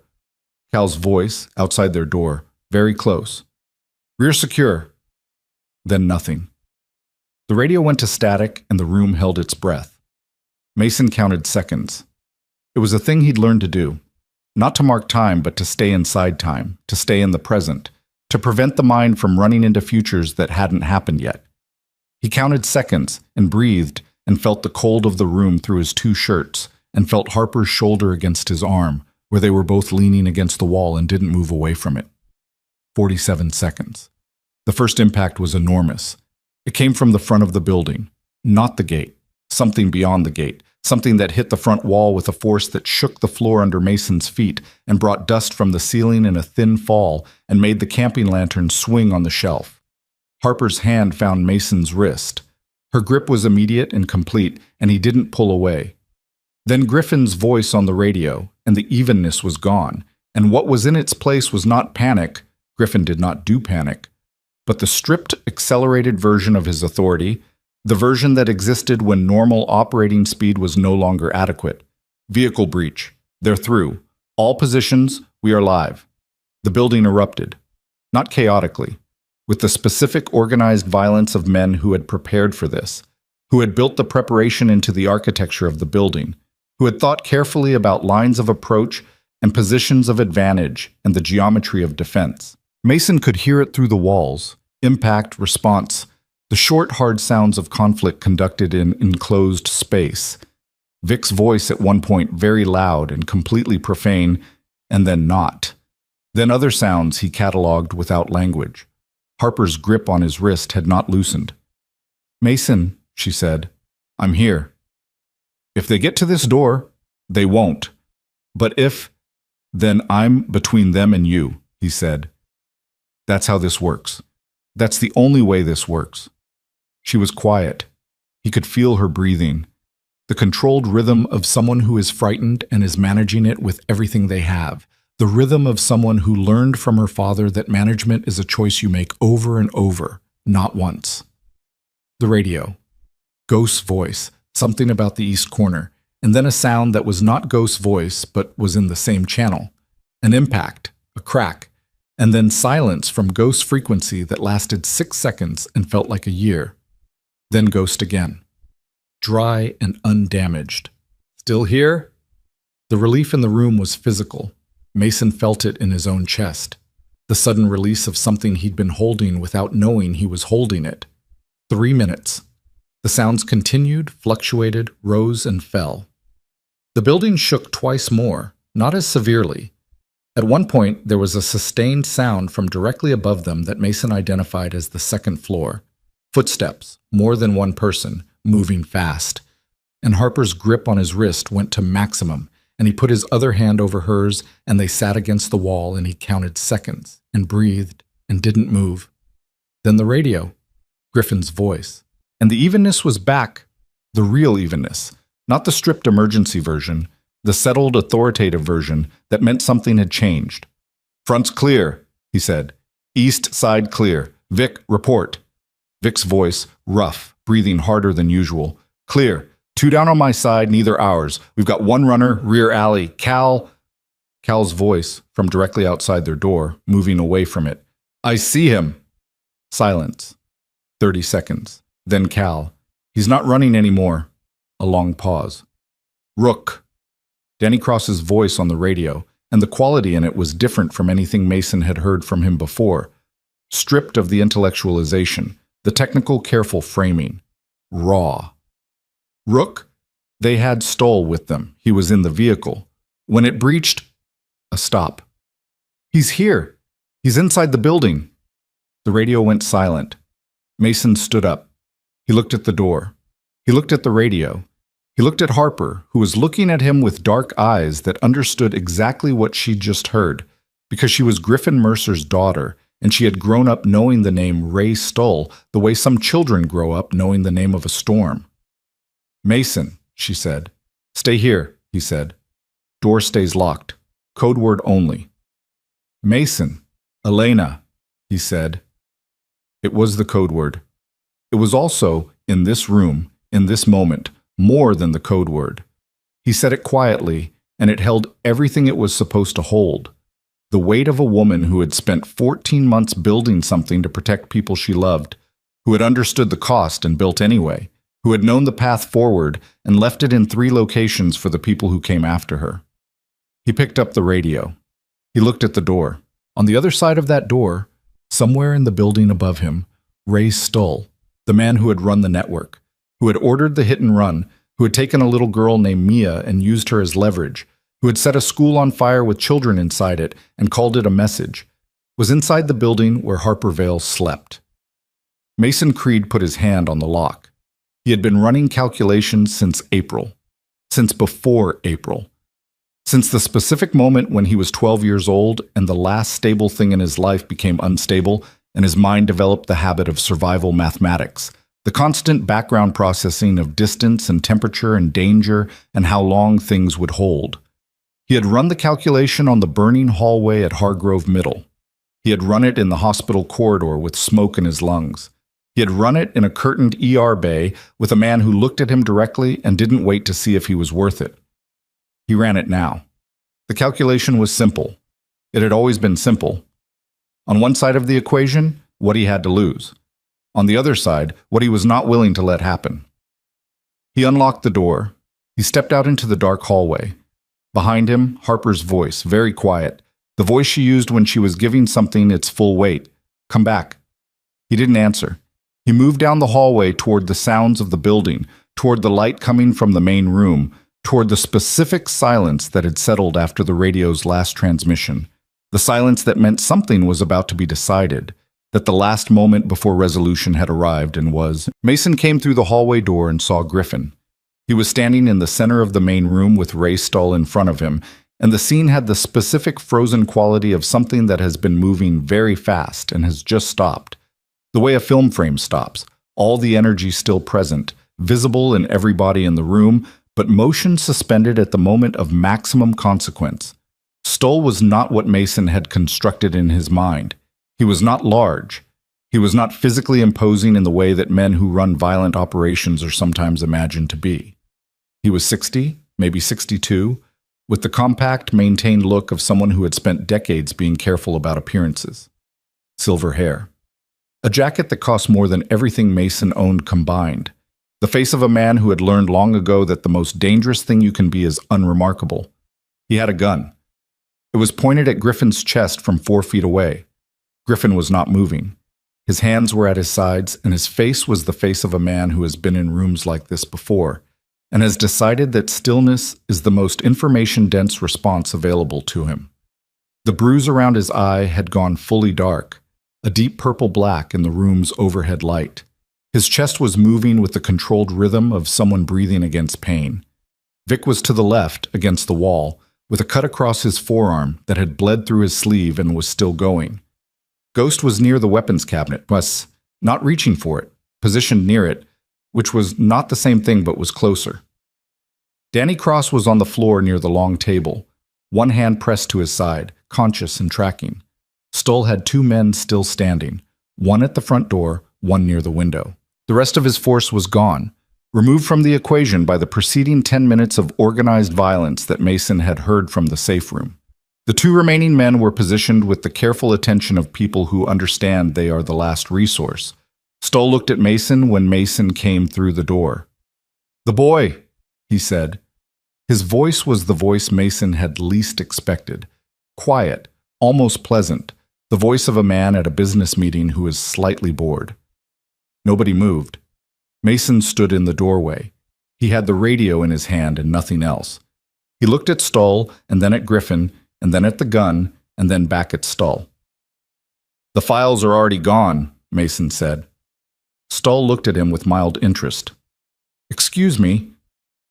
"Elena's files, the full archive." Mason kept his voice even. He had practiced keeping his voice even. "Danny sent them 2 hours ago. U.S. Attorney's Office, direct contact, no chain. They're already there. They've already been logged and confirmed received." He held Stoll's gaze. "You can shoot everyone in this room, and it doesn't change what's already in that office." The room was absolutely still. Stoll looked at Mason for a long moment. Then he looked at Danny Cross on the floor. Danny's face confirmed nothing and denied nothing, which was its own confirmation. Something moved in Stoll's expression, not panic. Men like Stoll don't panic. But beneath the mild business meeting quality, something recalculated. Something arrived at a number it didn't like. "The girl is still..." Stoll started. "Mia Briggs," Ghost said from the far wall. His voice was flat and absolute. "Deacon County, storage facility on Route 12, picked up 40 minutes ago by 2 members of the Crossroads chapter. She's already out. She's already safe." He paused 1 beat. "We've been running this since before you got here." Stoll's gun hand was completely steady, but his eyes moved just once to the man at the front door. A flicker, an involuntary check of his remaining resource. Griffin moved. It was not dramatic. It was the opposite of dramatic. It was efficient and completely committed, and it happened in the space between 1 second and the next. He crossed the 4 feet between himself and Stoll with everything he had, and his left hand was on the gun, and his right was delivering the kind of force that comes from a man who has been waiting for the specific moment when the calculation shifts and has been ready for it the entire time. The gun discharged into the ceiling. Plaster came down in a white fall. The man at the front door moved, and Vic was already there. Vic, who had a cut through his sleeve, and apparently had not allowed this to be relevant. And the man at the window made a decision, and Ghost confirmed it was the wrong one. It was over in 11 seconds. Stoll was on the floor. Not dead. On the floor. On his face. Griffin's knee in his back, and Griffin's hands doing the work of restraint with the mechanical certainty of a man who has thought about this moment for 3 years and is now inside it and is choosing, deliberately and with great effort, not to let it be more than what it needs to be. The room breathed. Mason stood in the doorway. His legs were shaking slightly. He allowed this because there was no one to manage it for, because it was the body reporting accurately on what the last 10 minutes had cost it, and accuracy was the only thing he'd ever been able to fully trust. Griffin looked up from the floor. His eyes found Mason across the room. He didn't say anything, neither did Mason. The thing between them in that moment was not words, and did not require them. The next hours were the specific organized aftermath of something that had been survived. Law enforcement arrived, not the local units who had been receiving Stoll's network's money for years, but the federal agents that Danny Cross's contact had quietly activated 2 hours before the breach. The same activation that had put Mia Briggs's rescue in motion. The same file transfer that Mason had confirmed to Stoll's face, knowing it was the one piece of information that could change the geometry of a man with a gun. They came in numbers, with documentation, with the specific, careful efficiency of an operation that has been building toward a moment and has finally arrived at it. Ray Stoll was walked out of the Iron Shepherd clubhouse in handcuffs at 3:17 in the morning and did not look back. The names in Elena Mercer's archive, the upstream names, the people in Deacon County government who had maintained the corridors, who had kept investigations from going anywhere, who had filed the paperwork that let Stoll walk, those names were in the U.S. Attorney's hands before dawn. The arrests happened over the following 72 hours, in offices and homes, and one case in a parking garage. The quiet, unspectacular unraveling of something that had operated in darkness for a long time and could not survive the light. Briggs sat in a folding chair near the long table while the federal agents worked through the building, and Ghost sat beside him, not touching, not speaking, just present. The specific presence of a man who understands that someone cannot be allowed to be entirely alone with what they've done. When Mia arrived, brought by 2 Crossroads chapter members in a pickup at 4 a.m., wrapped in a blanket, 8 years old and exhausted and intact, Briggs made a sound that Mason heard from across the room and looked away from, because some things are not meant to be witnessed in full. Some things belong entirely to the person experiencing them. Mia held her father's neck for a long time. Ghost put one hand briefly on Briggs's shoulder. Then he moved away and let them be. Mason found Harper in the back room at 4:30 after Cal had confirmed it was clear to open the safe room.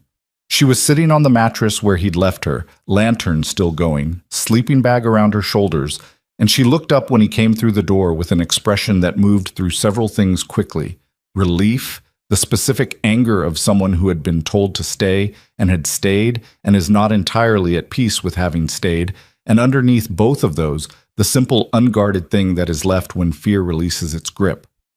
"You came back," she said. "Told you," he said. She looked at him for a long moment, at the shaking that had not entirely left his legs, at the plaster dust still in his hair from the ceiling discharge, at the canvas shoes and 2 shirts. "You need better shoes," she said. "Yeah," he said. They sat in the safe room together while the building above them was processed and documented and gradually returned to itself, and they didn't talk much because there wasn't much that talking would improve. Griffin found them there at 5 in the morning. He stood in the doorway and looked at the 2 of them on the mattress, his daughter and the boy who had pulled her out of a burning building and then out of a hospital room and then sat in this room and told her to stay while he walked toward the thing she was afraid of. His face in the lantern light was the face of a man at the end of a very long distance, the face of someone who has arrived somewhere and is still in the process of understanding that he has arrived. He sat down on the mattress on Harper's other side. He put his arm around her. She leaned into him without hesitation, the automatic lean of someone who has never had to negotiate access to safety. He looked at Mason. "You told him the files were already gone," he said. "They were. You didn't know that for certain." "Danny had 2 hours," Mason said. "He said give him 4. But he had 2 and the guns were already here, so—" He looked at the wall. "I calculated." Griffin held his gaze. "You could have stayed in here." "Yes. Why didn't you?" Mason thought about this. The real answer, the accurate answer, was not simple and was not a thing he'd fully articulated even to himself. He thought about the calculations he'd been running since April, the constant background mathematics of survival. He thought about how the math had changed. He thought about what it meant for the math to change. What it meant to have people on the other side of the equation who changed the calculation, who made certain variables mean different things, who made staying behind a door the wrong answer when it had always been the right answer before. The calculation was different, he said finally. When it's just you can run the math, and there's one variable, and you manage it however you can. He looked at his hands. When there are people... He stopped, started again. When there are people, the math changes. Some things get heavier. Some things you can't let be just a number. The safe room was quiet. Griffin looked at him for a long time. Then he looked at the lantern. Then he looked at Harper, who was looking at Mason with her dark eyes and the expression that was her father's expression, the one that meant I hear you, and I'm not moving past it. Okay, Griffin said. It was the word he used when something had been given its full weight. Mason had learned this about him. The word meant more than agreement. It meant I have heard this and I am holding it. The diner was 2 blocks from the clubhouse and had been open since 1962 and smelled of coffee and bacon grease and the specific accumulated warmth of a place that has been feeding people through hard times for long enough that the warmth has become structural. They went at 6 in the morning. Griffin, Harper, Mason, Ghost, Vic with his arm in a temporary dressing, Cal, and Danny Cross, who had 3 cracked ribs and had been told by the paramedic to rest and had nodded and come anyway. They took up 2 booths and the round corner table, and the waitress, a woman of indeterminate age who had the look of someone who had seen many things come through this diner at 6 in the morning and had decided long ago to simply bring coffee and not ask. Brought coffee and did not ask. Mason sat across from Harper and next to Ghost and held the coffee cup in both hands and felt the warmth of it move from his palms into his fingers and through his wrists and up his forearms. And he sat with this for a moment in the way that you sit with things you've been rationing for a long time and have been given in full. The table was loud in the specific way of people who have been through something together and are still in the aftermath of it, the voices still carrying the residue of adrenaline, the conversation moving fast and fragmented the way conversation does when several people are still processing at different speeds. Vic was arguing mildly with Cal about something tactical and inaccurate that Cal had apparently done at the east window. Ghost was eating toast with the focused attention he brought to everything. Danny was on his 3rd coffee and looking at his phone with the specific expression of a man watching something he has worked toward for a long time begin to move through official channels. Griffin was sitting at the end of the table, quiet in the way he was often quiet. Not absent, not withdrawn, but present in the specifically weighted way of a man who takes up a lot of room even when he isn't speaking. He looked at Mason. Mason looked back. There's going to be paperwork, Griffin said. A lot of it. County, federal probably. He drank his coffee. It's going to take time. I know, Mason said. While it's happening, you're with us. That's already arranged. He held Mason's eyes. After it's done, he stopped, put the cup down, looked at the table for a moment, then looked back up.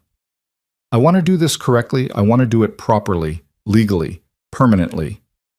He said the word the same way Stull had said it, 6 hours ago in the clubhouse, but it meant the opposite thing entirely. If that's something you want. The diner was warm and smelled of coffee, and the morning was coming through the windows in the specific gray-gold way of October mornings after cold nights. Outside, the street was waking up. The first cars, the first ordinary people moving through the first ordinary minutes of a day that was ordinary for them, and was not ordinary for Mason, was not a thing he had vocabulary for yet. He looked at Griffin. He looked at Harper, who was not pretending not to listen and had her hands around her cup, and her eyes on him with the straight dark attention that was her father's gift to her. He thought about the notebook in his back pocket, about the small handwriting, about the years of cataloging and calculating and managing the mathematics of a loan. He thought about the word permanently and what it weighed, and how the weight felt different from every other word he'd been offered in 7 months, because this one had the quality of something that had been thought through all the way through before being said. Yes, he said. Griffin nodded. Once. The nod that meant I heard you and I am holding it and I am not moving past it. Ghost, without looking up from his toast, said, "You need better shoes." Cal laughed. Vic half smiled, which for Vic was significant. Danny looked up from his phone with an expression that was tired and present and human. Harper made a sound that was mostly relief wearing the clothes of amusement. Mason looked at his canvas shoes, at the newspaper stuffed in the toe, damp and compressed now, barely doing the job it had been doing since March. He looked at them for a moment. Then he looked up at the table full of damaged, loyal, exhausted people eating breakfast in a diner at 6 in the morning after a night that had cost all of them something real. He felt the thing under his ribs, the dangerous thing, the one that moved toward warmth the way living things always move toward warmth. He didn't put it away this time. He left it there, in the warm diner, in the October morning, among the coffee cups and the low argument and the toast, and the people who had found each other in the specific way that people find each other when the ordinary world has failed them entirely, and they have nothing left but the radical and unreasonable decision to stay. Outside, somewhere down the street, a Harley engine turned over once in the cold morning air, and then went quiet. And the quiet was the right kind.